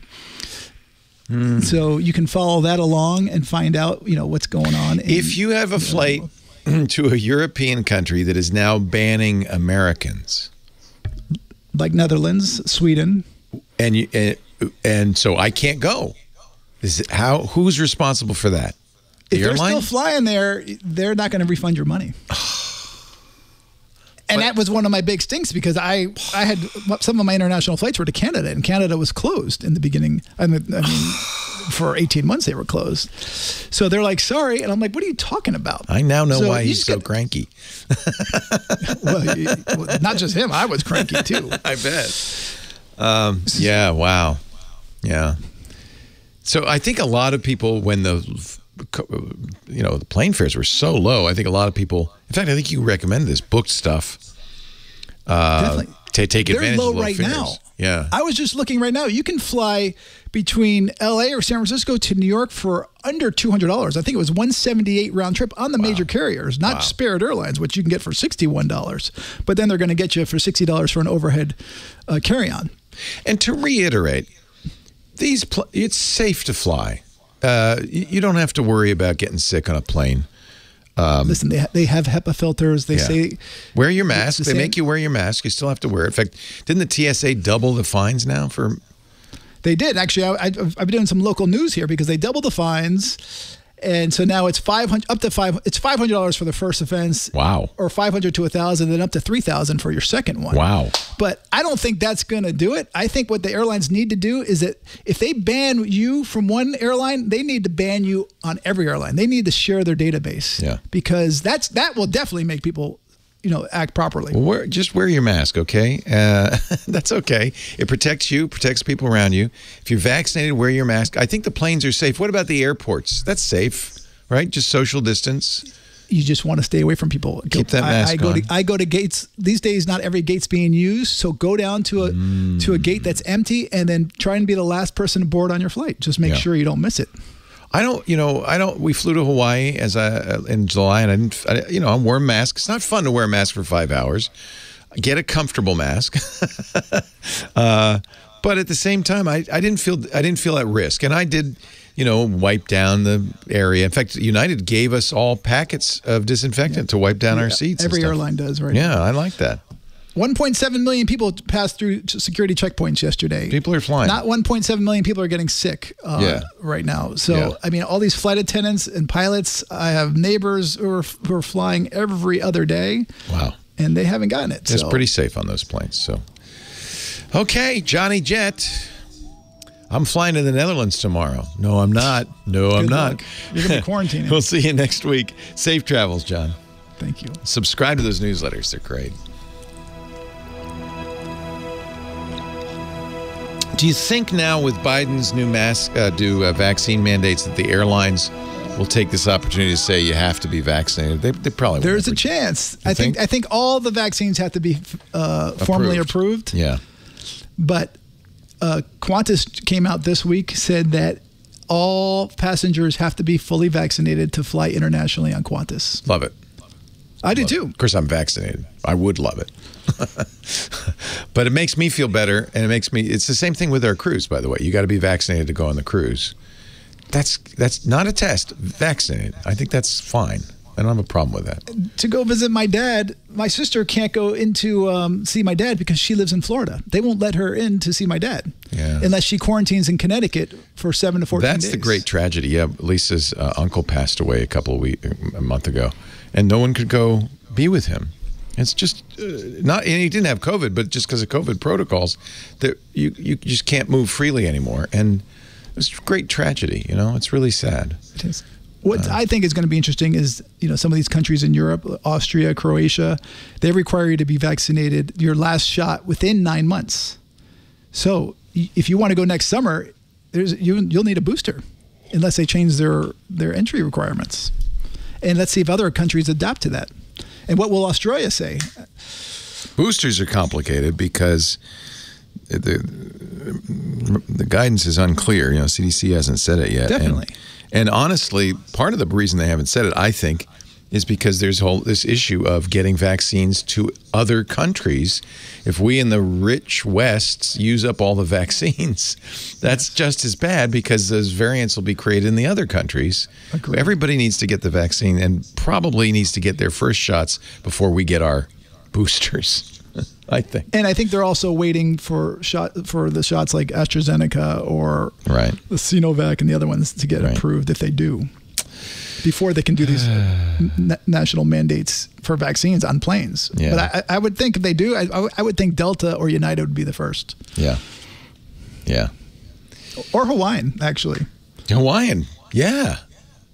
Yeah. It would make sense. When you talk about 9/11, every 2 days, a 9/11 number of people die from COVID in this country. This is still a problem. It's still a problem. Where were you, by the way, on 9/11? I was here. I was going to a 6 a.m. spin class Wow, And, good for you. Yeah. I don't know what I was thinking. That was 20 years ago. What did I know? Did they cancel the class? Everybody runs out of the room and we're looking at the TV. Somebody came in and said, "You got to see this." And we all, yes, the class was over. And the kids were getting ready for school. They were little. It was pretty horrible. I wasn't in New York though. Why were you in New York? Were you traveling? I was commuting between New York and LA. Oh, wow. So I was the road manager of a boy band for a Wait year. a minute. I Which haven't told boy too many band? people that. There was a show on TV called Making the Band. Yeah. On ABC. It was like the first reality TV You were their show, I road think. manager? Not them. Some of the guys from that band. So Were you? Is this your my cousin only- was the one who who owned them or produced. I don't know what. So and he said, hired "Johnny, me to come basically here." be. I was a high paid babysitter to Yeah. make sure that they made all their flights Perfect. and got to the malls on time for their mall tours Perfect. and concerts, Thanksgiving Day parade. And how was that? Did you enjoy it? Oh, these guys were great. I mean, Oh, you know, cool. And was that your only foray into that? I know nothing about music. I mean, so I'm sitting there in the studios, and there's Pink walks by, and all these people. Oh, and, cool. You know, and I know nothing. Literally, and they're like, "Oh, that's a great like your shirt." harmony." So, all right, I got to run. Thank you, Johnny. Take I care. have so many questions now. Leo Laporte, the tech guy. 8888. Ask Leo, the phone number. Joe is on the line from Dalton, Georgia. Hello, Joe. Hi there, the blind phone man from Dalton, Georgia again. How are you doing? Nice to see you or talk to you. I'm great. How are you? Oh, not too bad.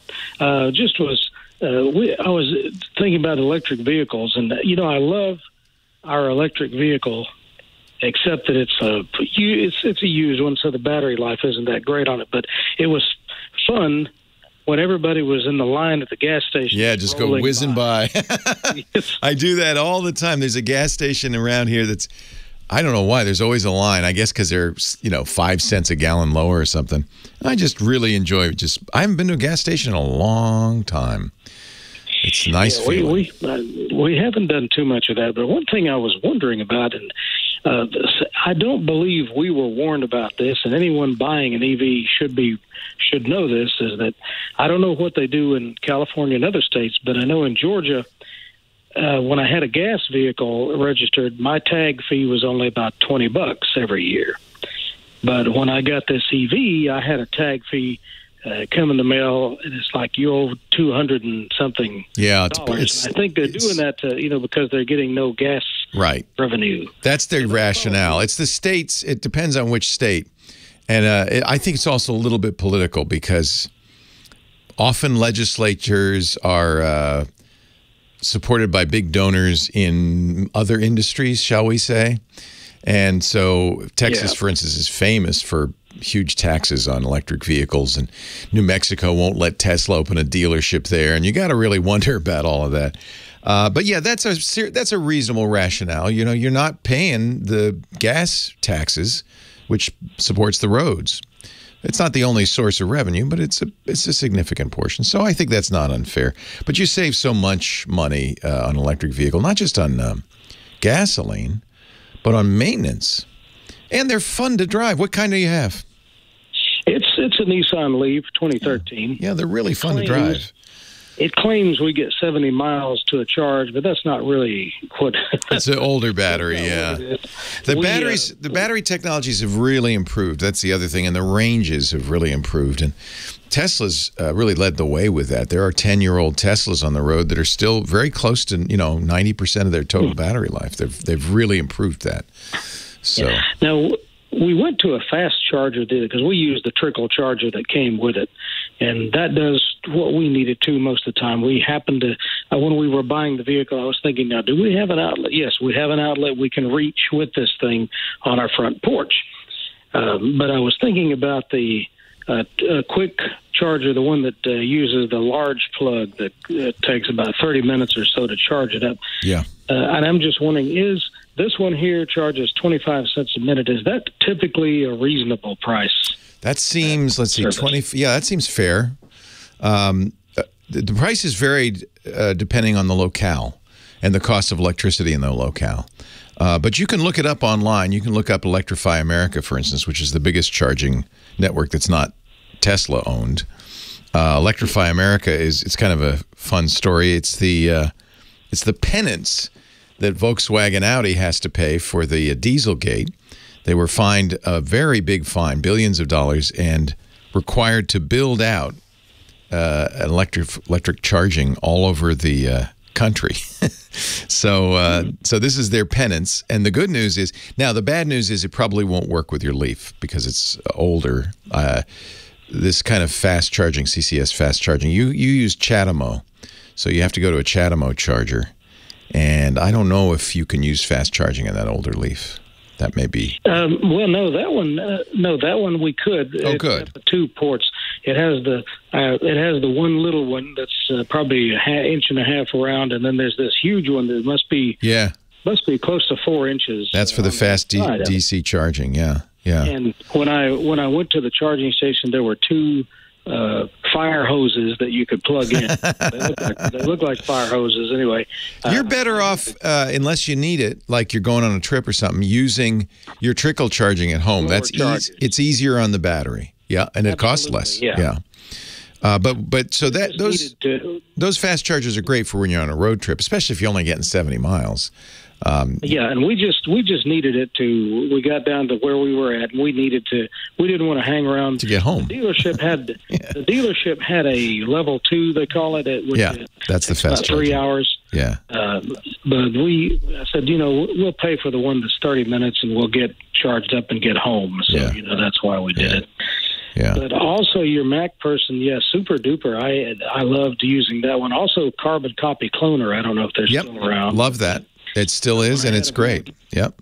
It was. Now, do any of those do file compression anymore, or do any of them compress? That's a good question. I don't believe they do because both Carbon Copy Cloner and Super Duper are really just making a one-to-one copy of the file. So to do compression, they'd have to make it a kind of a ball, like a zip file. Yeah. And the disadvantage of that is you'd have to uncompress it before you could see if it was correctly copied. So generally, I don't worry about that. Nowadays, the external hard drives tend to be larger than the internal hard drives. So you're not going to run out of room. I didn't use Time Machine either. I looked at it to see how it worked. I think it's funky. I don't need this. I think it's funky. Would you buy another electric vehicle? I think we might try for a hybrid next time because our budget just right now doesn't work too high. We got a good deal on this one, but I don't know how our budget's going to work for it. Yeah. So. The batteries really add to the cost. Yeah. They're a significant amount to the cost. My wife just bought a Mini Cooper, and after the tax rebates from the feds in the state, I think it came out at $20,000 brand new. So, I mean, that's more than some cars, but it's not out of the question. It doesn't have a giant battery pack either. That's probably one of the reasons it's less expensive. Yeah. Hey, Joe, a pleasure talking to you. Yep, take care. Have a great day. I'm a big fan of electric, but I live in California, and he lives in Georgia. We don't have to worry so much about cold winters. I don't know how that changes the equation. And certainly I don't live far from civilization, so I don't have to drive very many miles. But it's sure fun to drive. And not having to go to a gas station, you can't knock that. That's a nice benefit. Dennis, Corona, California. Hi, Dennis. Leo Laporte, the tech guy. Hey, Leo. First time, long time. Thanks for calling. It's nice to meet you. Absolutely. I'm not quite the tech nerd. I am in a tech field in that I maintain large-scale, uninterruptible power supplies. Wow. That backup co-location. Neat. Facilities all over the state of California here, in excess of 3 megawatts,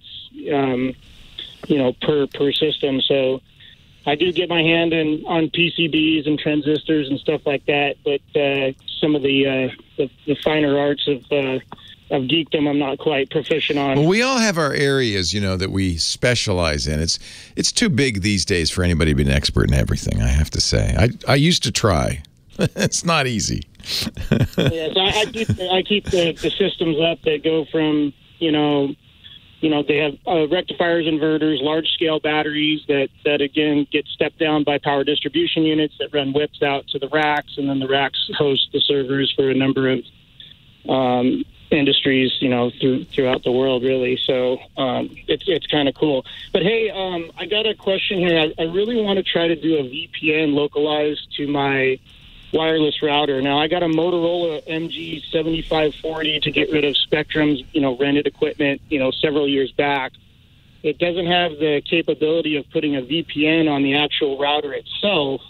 And so I was looking into ExpressVPN and Proton VPN because I'd like to start trading crypto. And yeah. I'm running out of time, so I'm just going to say ExpressVPN, which is one of our sponsors, has a page, a number of routers it works well with. You just install it, and then everything's protected. Recommended. Leo Laporte, the tech guy.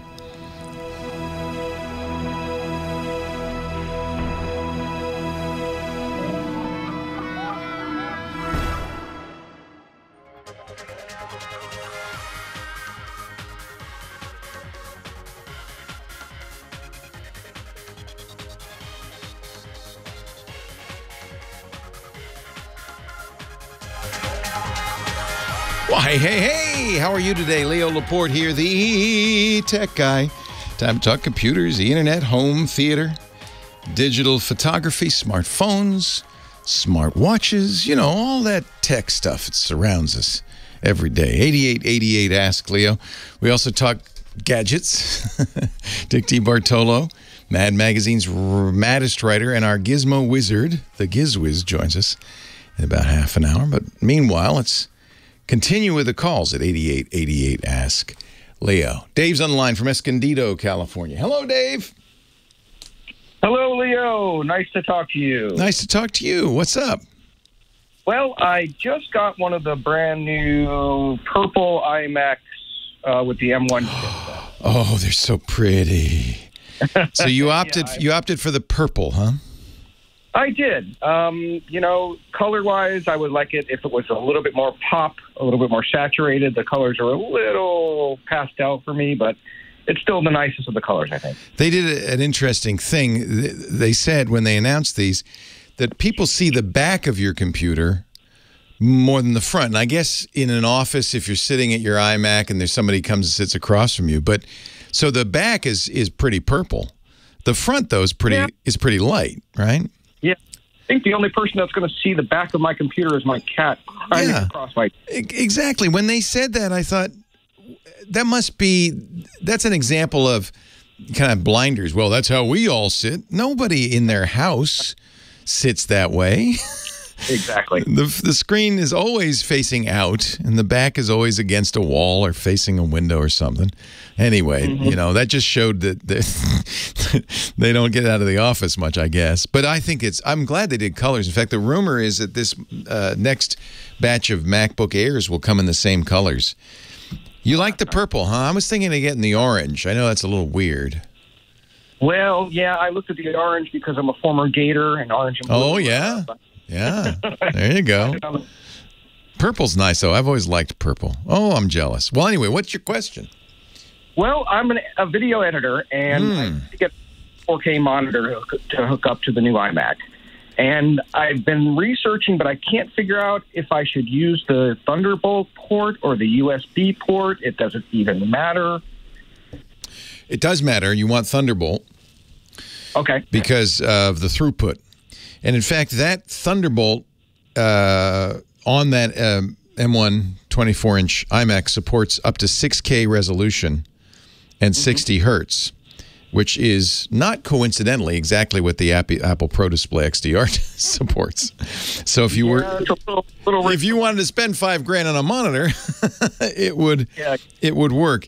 It is limited to a number of monitors, and although it's interesting because Pluggable, which makes little extenders and dongles for these things, just released a dongle that allows you to run 4 monitors off that iMac, but they're going to be lower quality. And you want high res, and you probably want high refresh rate, and you certainly want accuracy and all that. So I would say absolutely get one that'll support Thunderbolt, which means, by the way, Thunderbolt can also do DisplayPort out. So you should be able to drive, but it's a little weird. These M1s are a little weird with the monitors they can support. So you definitely want to check to make sure it's a supported monitor. But there are lots of good choices. In fact, I think Apple probably sells compatible monitors on their website if you wanted to know more. Not necessarily the best place to buy it, but at least you can find out what's compatible, you know. Right. So the question I would have then is that I'm also going to hook up a G drive for media storage, and that's going to use both my Thunderbolt ports. Would I be able to use a hub of some kind? Yeah. So get a Thunderbolt 4 hub, and you probably want to get the monitor off direct, I would imagine, but the hub can drive everything else, certainly external hard drives, and that'll give you a bunch more ports, including USB 4 as well as Thunderbolt 4 ports. So Otherworld Computing makes them or sells them. There are lots of companies that sell them. Pluggable might. And I just bought from Anker. I think I just bought a compatible dock from Anker as well. They make hubs and docks. Yeah, just look for one that's Thunderbolt 4. Those are going to be a little more expensive, of course. Yeah, Anker has a $300 12-in-1 Thunderbolt 4 docking station. $300 is actually a pretty good price given what you get. You can drive the monitor off of that as well. But you got 2 ports. I'd drive the monitor off one and then put the dock on the other. It's got HDMI out if you wanted to have a second, less high quality monitor. That's the only drawback, in my opinion, with this iMac is it's got a pretty small screen for an iMac. Well, yeah, I was hoping to wait for the new iMac Pro, but it looks like that's going to be at least a year off. So yeah, I had to. I actually replaced a 2010 Mac Pro that I've been using up until I just purchased it. Oh, well, this must be a lot. Does this feel good? Do you use Final Cut? Is that what you use? I edit mostly on Avid at a studio, but I use Premiere, and I used to be a Final Cut guy, but Avid is my 2 biggies. Yeah. There is an article on XDA developers that I will put up in the show notes. The chat room just gave me best external monitors for the 24-inch Apple iMac. And Asus, LG, Samsung all make monitors that would work well with this. So, yeah, and they'll say on the monitor how to connect it. I would imagine. I mean, it is USB 4, but I would imagine you'd want Thunderbolt connectivity for all of these. All right. Well, you're the man. Hey, enjoy. I'm jealous. You got a nice Mac. Yeah, I don't know when we're going to hear about the next Macs. I think it's pretty clear that Apple will, before the year is out, announce new laptops. For sure, a MacBook Pro, and possibly also new MacBook Airs. And as I said, the rumor is with color, which would be awesome. And they'll use a newer version of the M1, the M1X processor, which I don't know if it'll be faster or have more capabilities. It's just unknown what Apple's going to do. I don't think the Mac Pro will be updated till next year. That's Apple's timeline, and I think that makes sense. They might announce it in December. They've done that before and say, but you can get it in January. What else do they do? Oh, yeah, they're due to, not due, due's the wrong word, likely to announce a pro-level Mac Mini. What Apple did when they started this new processor line is essentially put it on the low-end Macs. The MacBook Air, the MacBook Pro 13-inch, and the Mac Mini. And so they are kind of the low-end version of the M1s. Not low-end by any means. If you're editing 4K video on an M1 Mac or iMac, that's not low-end. But from Apple's point of view, those were the low, that's why it's 24 inches, the lower end of the product line. They, for some reason, revved those first. And then they're slowly, I think, working their way up to the more expensive Macs, probably because they want the chips to be faster and faster and faster before they put them in the Pro versions. But I suspect they're ready to do new Mac Minis, new MacBook Pros, 16-inch MacBook Pro, and possibly even a new MacBook Air this year. Would it be Tuesday? They have an event Tuesday. I think they're going to keep that to the iPhone. There's one rumor site that says, no, they're going to announce the laptops on Tuesday. I don't think so. I think Apple will stick to their schedule from last year and years past. It'll probably be an October announcement for the new Mac stuff. 8888 Ask Leo, that's the phone number. I have to say, as enamored as I am, and many of us are, of Apple's silicon and what they've done, modern processors are all pretty fast. And unless you're doing something specialized, maybe playing high-end video games, doing video editing, launching rocket ships, I'm not sure the chip inside makes all that much difference. You know, the one thing the M1 Macs do very well is battery life. So if you're getting a laptop and you like Macs, that's certainly where you're going to see a benefit. But I'm using, I just got a new laptop with an Intel i7. It's very fast. It's fine. I don't feel left behind to any degree. I know I was singing the praises of the M1, but and I still do. There's some really amazing stuff. And in fact, I think down the road, maybe in years to come, next year or the year after, we're going to start seeing Apple take even bigger leaps forward. And then I'll be interested to see if Intel can keep up. But for right now, it's not like any modern computer you go, boy, this feels slow. Not really.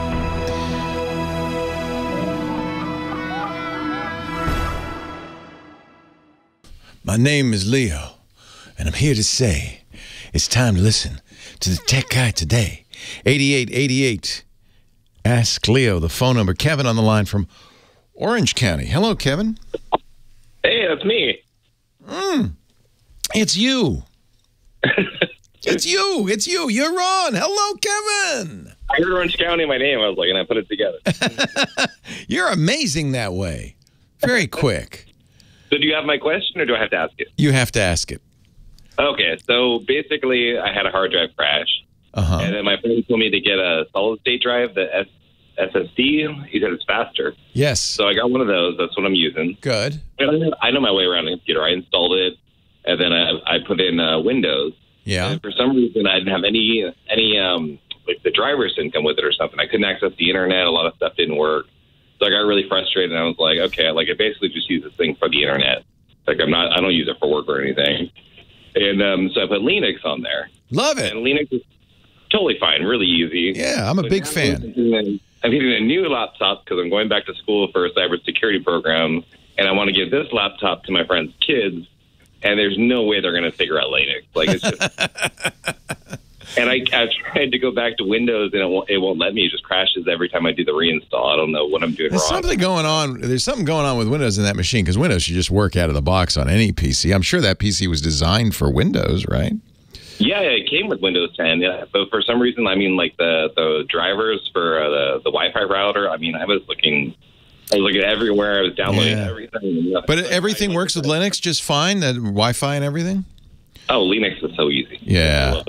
Well, that's good. That means in fact, sometimes I'll say get Linux will boot from a USB drive in many cases, almost all of them. I say get a USB with Linux on it to see if there's a hardware problem or a Windows problem. You don't have to install it. You just boot up to the USB drive, and if everything works, well, then clearly the hardware is fine, so something else is going on.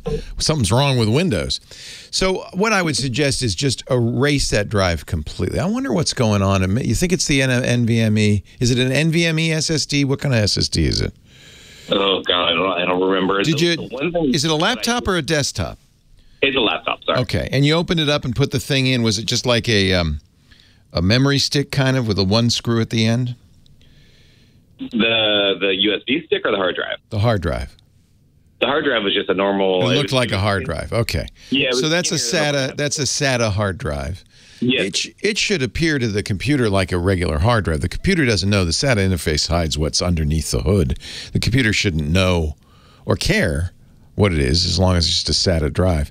I think maybe the trick on this would be to wipe the whole thing. It's possible that Linux puts something on the UEFI boot sector, and Windows is confused by the whole dang thing. So it's fairly easy. Probably the best way to do this would be with the Windows installer.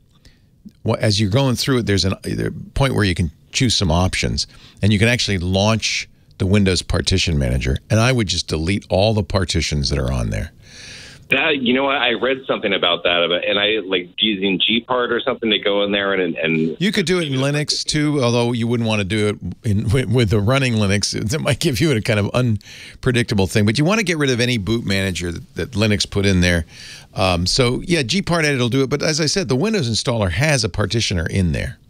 So I would just go, once you're in the boot process, there'll be a point where I think it says press O for options, and you can actually launch the Windows. What do they call it? Drive Manager, I think. And in there, you'll see a graphical display of the drives. Just one by one, click the partitions, clean it all off, and maybe even, this is a good time to create new partitions because you're doing it within Windows, so Windows should make partitions that are appropriate to the whole thing. So I think you're probably going to be able to install it. I'm not sure why it didn't work out of the box. You can get from Microsoft, and this is what I would do, instead of maybe you're using something that came with the computer, a recovery drive, maybe it wasn't properly formatted or made.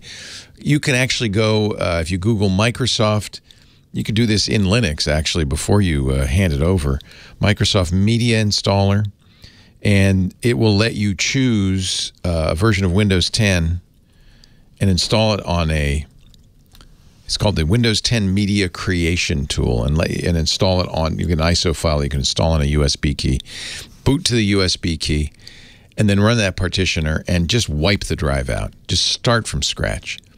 Get the Windows, the Linux boot manager and all that stuff out of there. I suspect that's all it is that you need to do. It's interesting that you were able to install Linux with no problem. Oh, it worked fine. And Windows, and this is a machine made for Windows, goes, I don't know what's going on. I'm thinking maybe the Windows installer was corrupted. So make a new one. Make sure you get it from Microsoft.com. I don't have to tell you this. You're a smart guy. You live in Orange County. You want to make sure you get it directly from Microsoft, not Joe's Microsoft ISO library or something like that. If you Google Microsoft Windows 10 Media Creation Tool, the very first thing pops up for me is download Windows 10 disk image. You don't need a serial number or anything because that machine came with Windows 10. Microsoft has it in their database. They already know it, and it's already authorized. You have what Microsoft calls an entitlement. This is actually a good thing to know because it's different from the way it used to be. It used to be you had to have a serial number to install Windows, right? Anytime a machine is running Windows 10 and it says authorized, it now is in the Microsoft database as a computer that is authorized to run Windows 10. It has an entitlement to Windows 10, and you never again need a serial number. All you need is this ISO, this ISO file on a USB key. Run it. Windows 10 will say, oh, yeah, I know it. I've been here before. I love this place. This time I'm going to make the drivers work. And once you get it installed and connect it to the internet, it will authorize, and it's a fully authorized version. It'll basically be like it came. I suspect that what happened is you had a recovery disks you made from the original. Those weren't made properly. They screwed up somehow. If all the things don't work, you might want to go to the original manufacturer, get any drivers that they offer as well. Leo Laporte, the tech guy.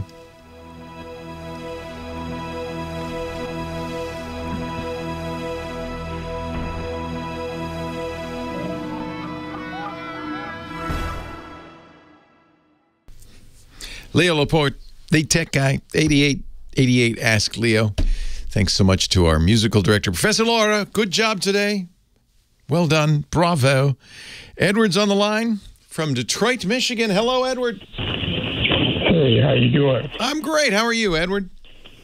I'm good. I'll be a little bit better if I get some help from you. Well, I hope I can help you. What's going on? I'm legally blind, and I'm thinking about an iPad. Yes. Is that something that a blind person has? Is the keyboard on that for a visual person, or can I type in information without being sighted? So do you have zero vision? Yeah, I would say that. Okay. Now, it kind of gradually did that over my lifetime. Yeah. So Apple definitely does a lot. They call this whole category accessibility, the ability to access a computer for people with differing abilities. And, of course, using a computer when you're blind raises lots of issues. They're very visual, right? So they have voice. They have screen readers. They have magnifiers. That's not going to help you if you have zero vision. I don't know, though, and I'm always careful about saying, because even if I put on a blindfold, it wouldn't be the same experience. So it's very hard for me to say how good it is. I think you need to ask somebody who's an expert on this thing. I think it's very good. But again, I'm not blind. But I think accessibility is very good on the iPad.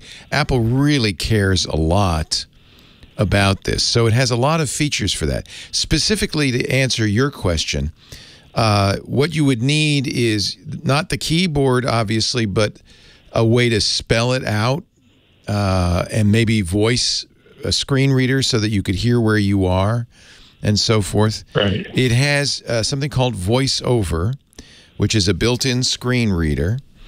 And in fact, if you turn on VoiceOver, and it would help if you had a sighted friend or family member who could set this up for you. I'm familiar with VoiceOver. I have if you have an iPhone, you already know a lot about this. It's the same capabilities. Yep. So you turn on VoiceOver, and then you would be able to use Siri to dictate within any text field. So VoiceOver says, okay, you're in the browser bar. You could dictate using Siri, go to yahoo.com, that kind of thing. So, yeah, I think it's pretty good in that regard. Again, I have the disclaimer, I'm not an expert on this field, but I think it's pretty good. We should connect you with Julian, actually. We have a really good listener. What is, I'm going to have to ask Kim this, because I never can remember. Kim, do you remember Julian's website? I think it's wait a minute, maybe I do remember it. TechJV. Yeah, techjv.com. Julian Vargas, he's blind himself, and he is often said on the show, I will help any blind listener who has questions. And I think he's going to be more able to tell you if it'll do the things you need it to do. So let me give you his email, which is easy to remember. It's help at techjv.com. How do you spell the first part of that? HELP. Okay. Because you're asking for help. And the hard part to remember, at least for me, is tech, TECHJV.com. His name is Julian Vargas, so those are his initials, TechJV. And I think he's so good. He'll give you his phone number. It's actually on his website as well. And you can call him, and he can give you better than I can information. Because you can say to him, well, here's what I want to do, and he'll know what the best way to do it and whether the iPad is the best. I would say the iPad is probably the most accessible computer out there. But because it's the problem is if you have a Mac or a PC, you can install programs like JAWS. You can install additional help programs, assistive technologies on there. The iPad, it's a little more limited because you have to install everything from the App Store. So if somebody hasn't, I don't think JAWS, for instance, is in the App Store. But on the other hand, if you like VoiceOver, so you have an iPhone. Is that right? Yes. Yeah. Yes. Well, it's just like a big iPhone, basically. It's not very much different from that. So anything you could do with the iPhone, you could do with the iPad. I don't know if there's any additional features. I think it'd be great. I think. Go ahead. Does that iPad have that new processor? It does. It does. And I believe, and this actually might be a perfect product for you, that in the next month or so, they're going to announce an updated iPad mini. The mini, the big iPads are 12.9 inches. The normal size are about 11 inches. The mini is about 8 inches, 7.9. Now, the screen size doesn't matter to you, right? You don't care. You just want something that's maybe a little easier to use and maybe a little more powerful. And I think the Mini might be a really good choice. And it's not out yet. But the Mini, I'm certainly going to get one because I just really like what they do. The other reason you might prefer the Mini is I don't know yet. Right now, the Mini has a fingerprint reader on it. And I don't know if they're going to keep that. But I would imagine having a physical home button / fingerprint reader is easier for you than if you didn't have a home button on it. The screen gestures are going to be more difficult for you to use, I would think. Again, it's hard for me to say because Even if I put on a blindfold, I couldn't approximate your experience of it. But I think the Mini might be a very good one to check out. And if they do announce a new Mini, it will have the absolutely the latest chip in it. The new iPhones are going to have the A15, and I would imagine the Mini will have at least an A14X in it. Okay, sounds good. It's a pleasure talking to you, Edward. I'm glad you called. Thank you, and I appreciate you. I appreciate you, and I'm email Julian. You're going to really appreciate him. He's been very kind. Many times has come on the show and offered to anybody who wants help from him, any blind listener who wants some assistance or just even a pointer, more information, the kind of thing you called and asked me for. I'll give you my opinion, but Julian's the expert. It's help@techjv.com. He's a really nice guy. Everywhere, all the reviews I've seen say the iPad is really good for blind users, but I can only repeat what others say, and I think some of these reviewers aren't blind, which I think to some degree gives them a little less credibility. But Julian isn't, so he'd be a good person to check with. 8888 Ask Leo, the phone number if you want to talk high tech.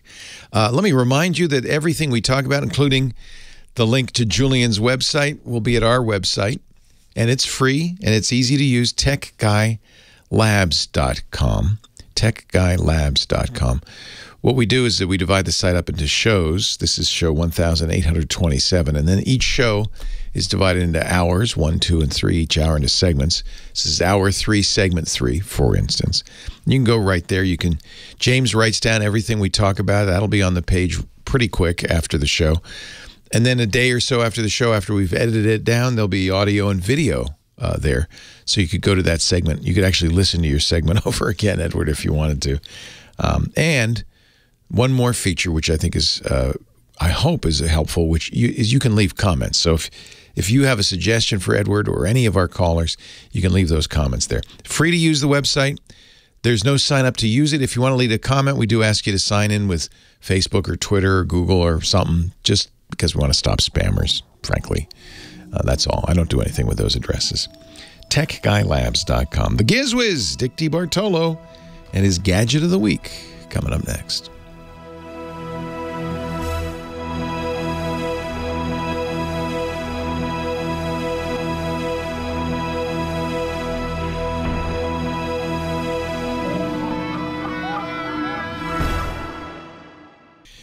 Ladies and gentlemen, boys and girls, GizWizzes of all ages, it's time for Dick Debartolo, Mad Magazine's maddest writer, and our Gizmo wizard. Hello, Dickie D. Leo, how you doing, pal? Very, very good. Of course, we're at the 20th anniversary of 9/11 today. Oh, gosh. Where were you 20 years ago today? I was here, actually. My brother woke me up with a phone call. You're in New York. You're in Manhattan. In New York. But you're uptown, so it was downtown, right? Yeah, way downtown. Way downtown. Way downtown. Yeah. But I mean, it was... So you didn't hear anything, but boy, I'm sure yeah. it was still when scary. you walked to the marina, you could just see everything. Smoke so it was not good. Yeah. Well, there's something is a scar that we'll all bear, I think, all our lives, especially Absolutely. New Yorkers. Yes. Yeah. What do you have today? Well, with all the hurricanes around and people not having power for days, this is something from BioLite. You and I have done some BioLite. Oh, I like things. BioLite. They made a camp stove that you could plug your USB device into. Yeah, yes. They make a lot of stuff, and they give a lot of stuff away to third world countries. Good for them. That's nice. And so this is the BioLite Solar Home Kit. And so this is pretty neat. It's $150. You get a workstation, which you mount on a wall, whatever you want. This is for temporary. This is like for a shed that has no power, or if you have a tree house, if you have a summer house where the power is always going out, you can quickly just run this from room to room. Okay, it's wired. Between each light, there's I think it's 18 feet of cable.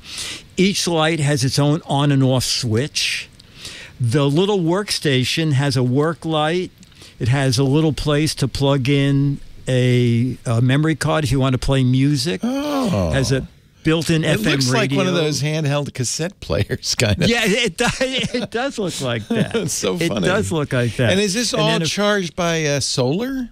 A solar panel. There's what if your lights go out in the middle of the night? Well, it stores.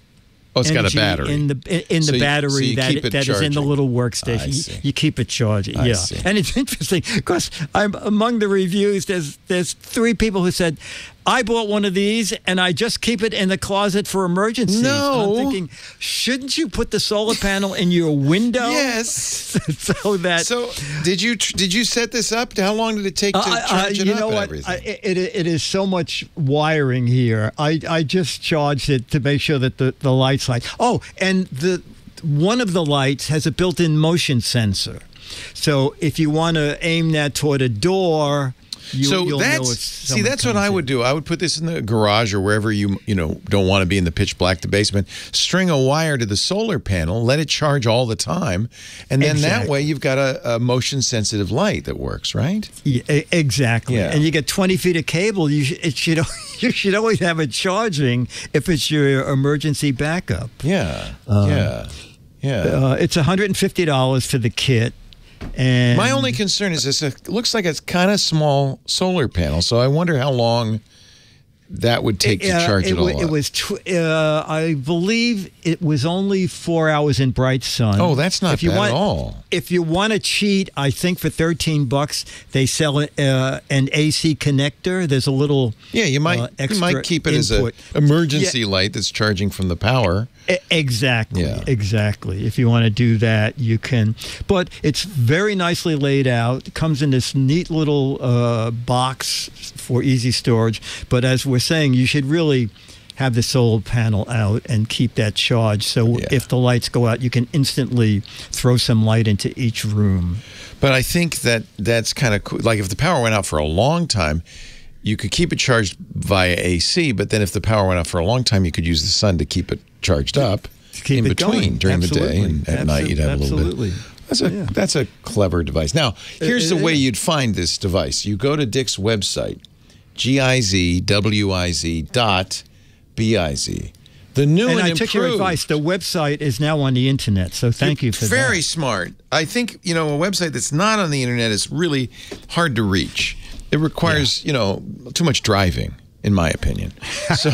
So put it on the internet, then we can all visit it. Gizwiz.biz. This is new and improved, right? Myra did the whole thing. Yeah, this is Myra did the site over.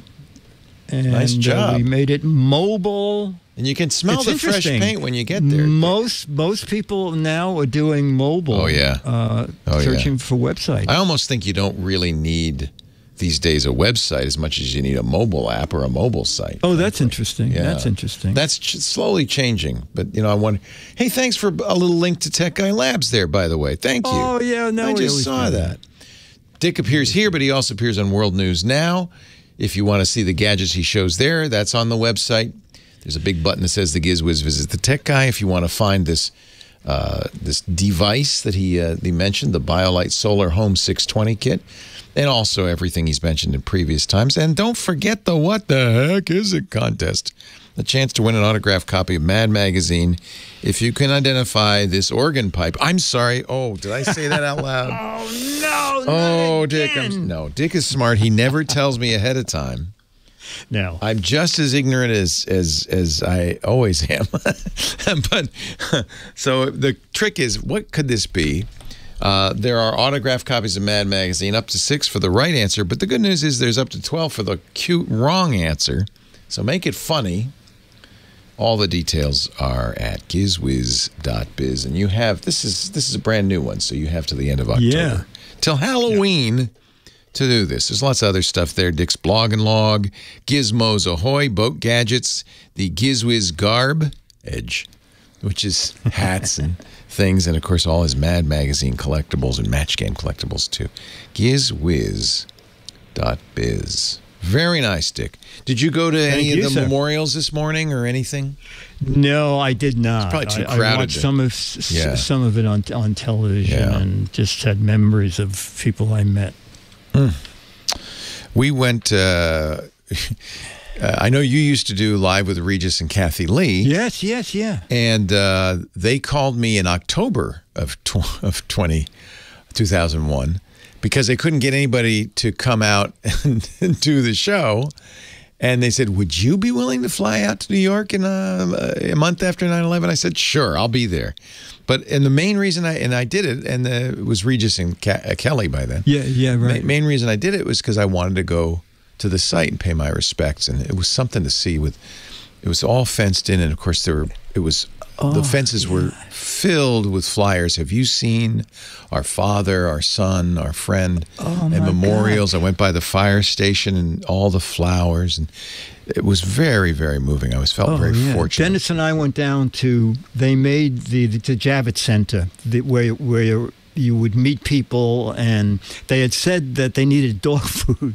So we bought boxes of dog food, and we got there, and the man said, I can't take this. I said, why? He said, see that parking lot of FedEx trucks? I said, yes. He said, every one of those trucks is full of dog food.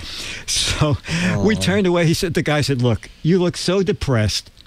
Give it to me. Leave it here. I'll make sure it gets used. That's sweet. It is... As horrible as that day is in our memory, people really stepped up and unreal. It's really wonderful to see how people help in a time. Trucks of food would pull up and set up barbecues. Everything was free. Have you been to the Memorial and Museum yet? You know what? I can't take it just yet. I burst into tears. It was. Oh my God! I couldn't. I know exactly what you mean. But it's worth seeing if you're in Manhattan and you go to the site. Beautiful memorial. But that museum, I was sobbing the whole time. It was very touching. Yeah. Dick, thanks so much. We'll see you next week. Okay, buddy. I'll see you next week. Leo Laporte, the Tech Guy. Have a great Geek Week. Well, that's it for the Tech Guy Show for today. Thank you so much for being here. And don't forget, TWiT, TWiT. It stands for This Week in Tech, and you'll find it at twit.tv, including the podcasts for this show. We talk about Windows on Windows Weekly, Macintosh on MacBreak Weekly, iPads, iPhones, Apple Watches on iOS Today, security on Security Now. I mean, I can go on and on and on. And, of course, the big show every Sunday afternoon, This Week in Tech. You'll find it all at twit.tv. And I'll be back next week with another great Tech Guys show. Thanks for joining me. We'll see you next time.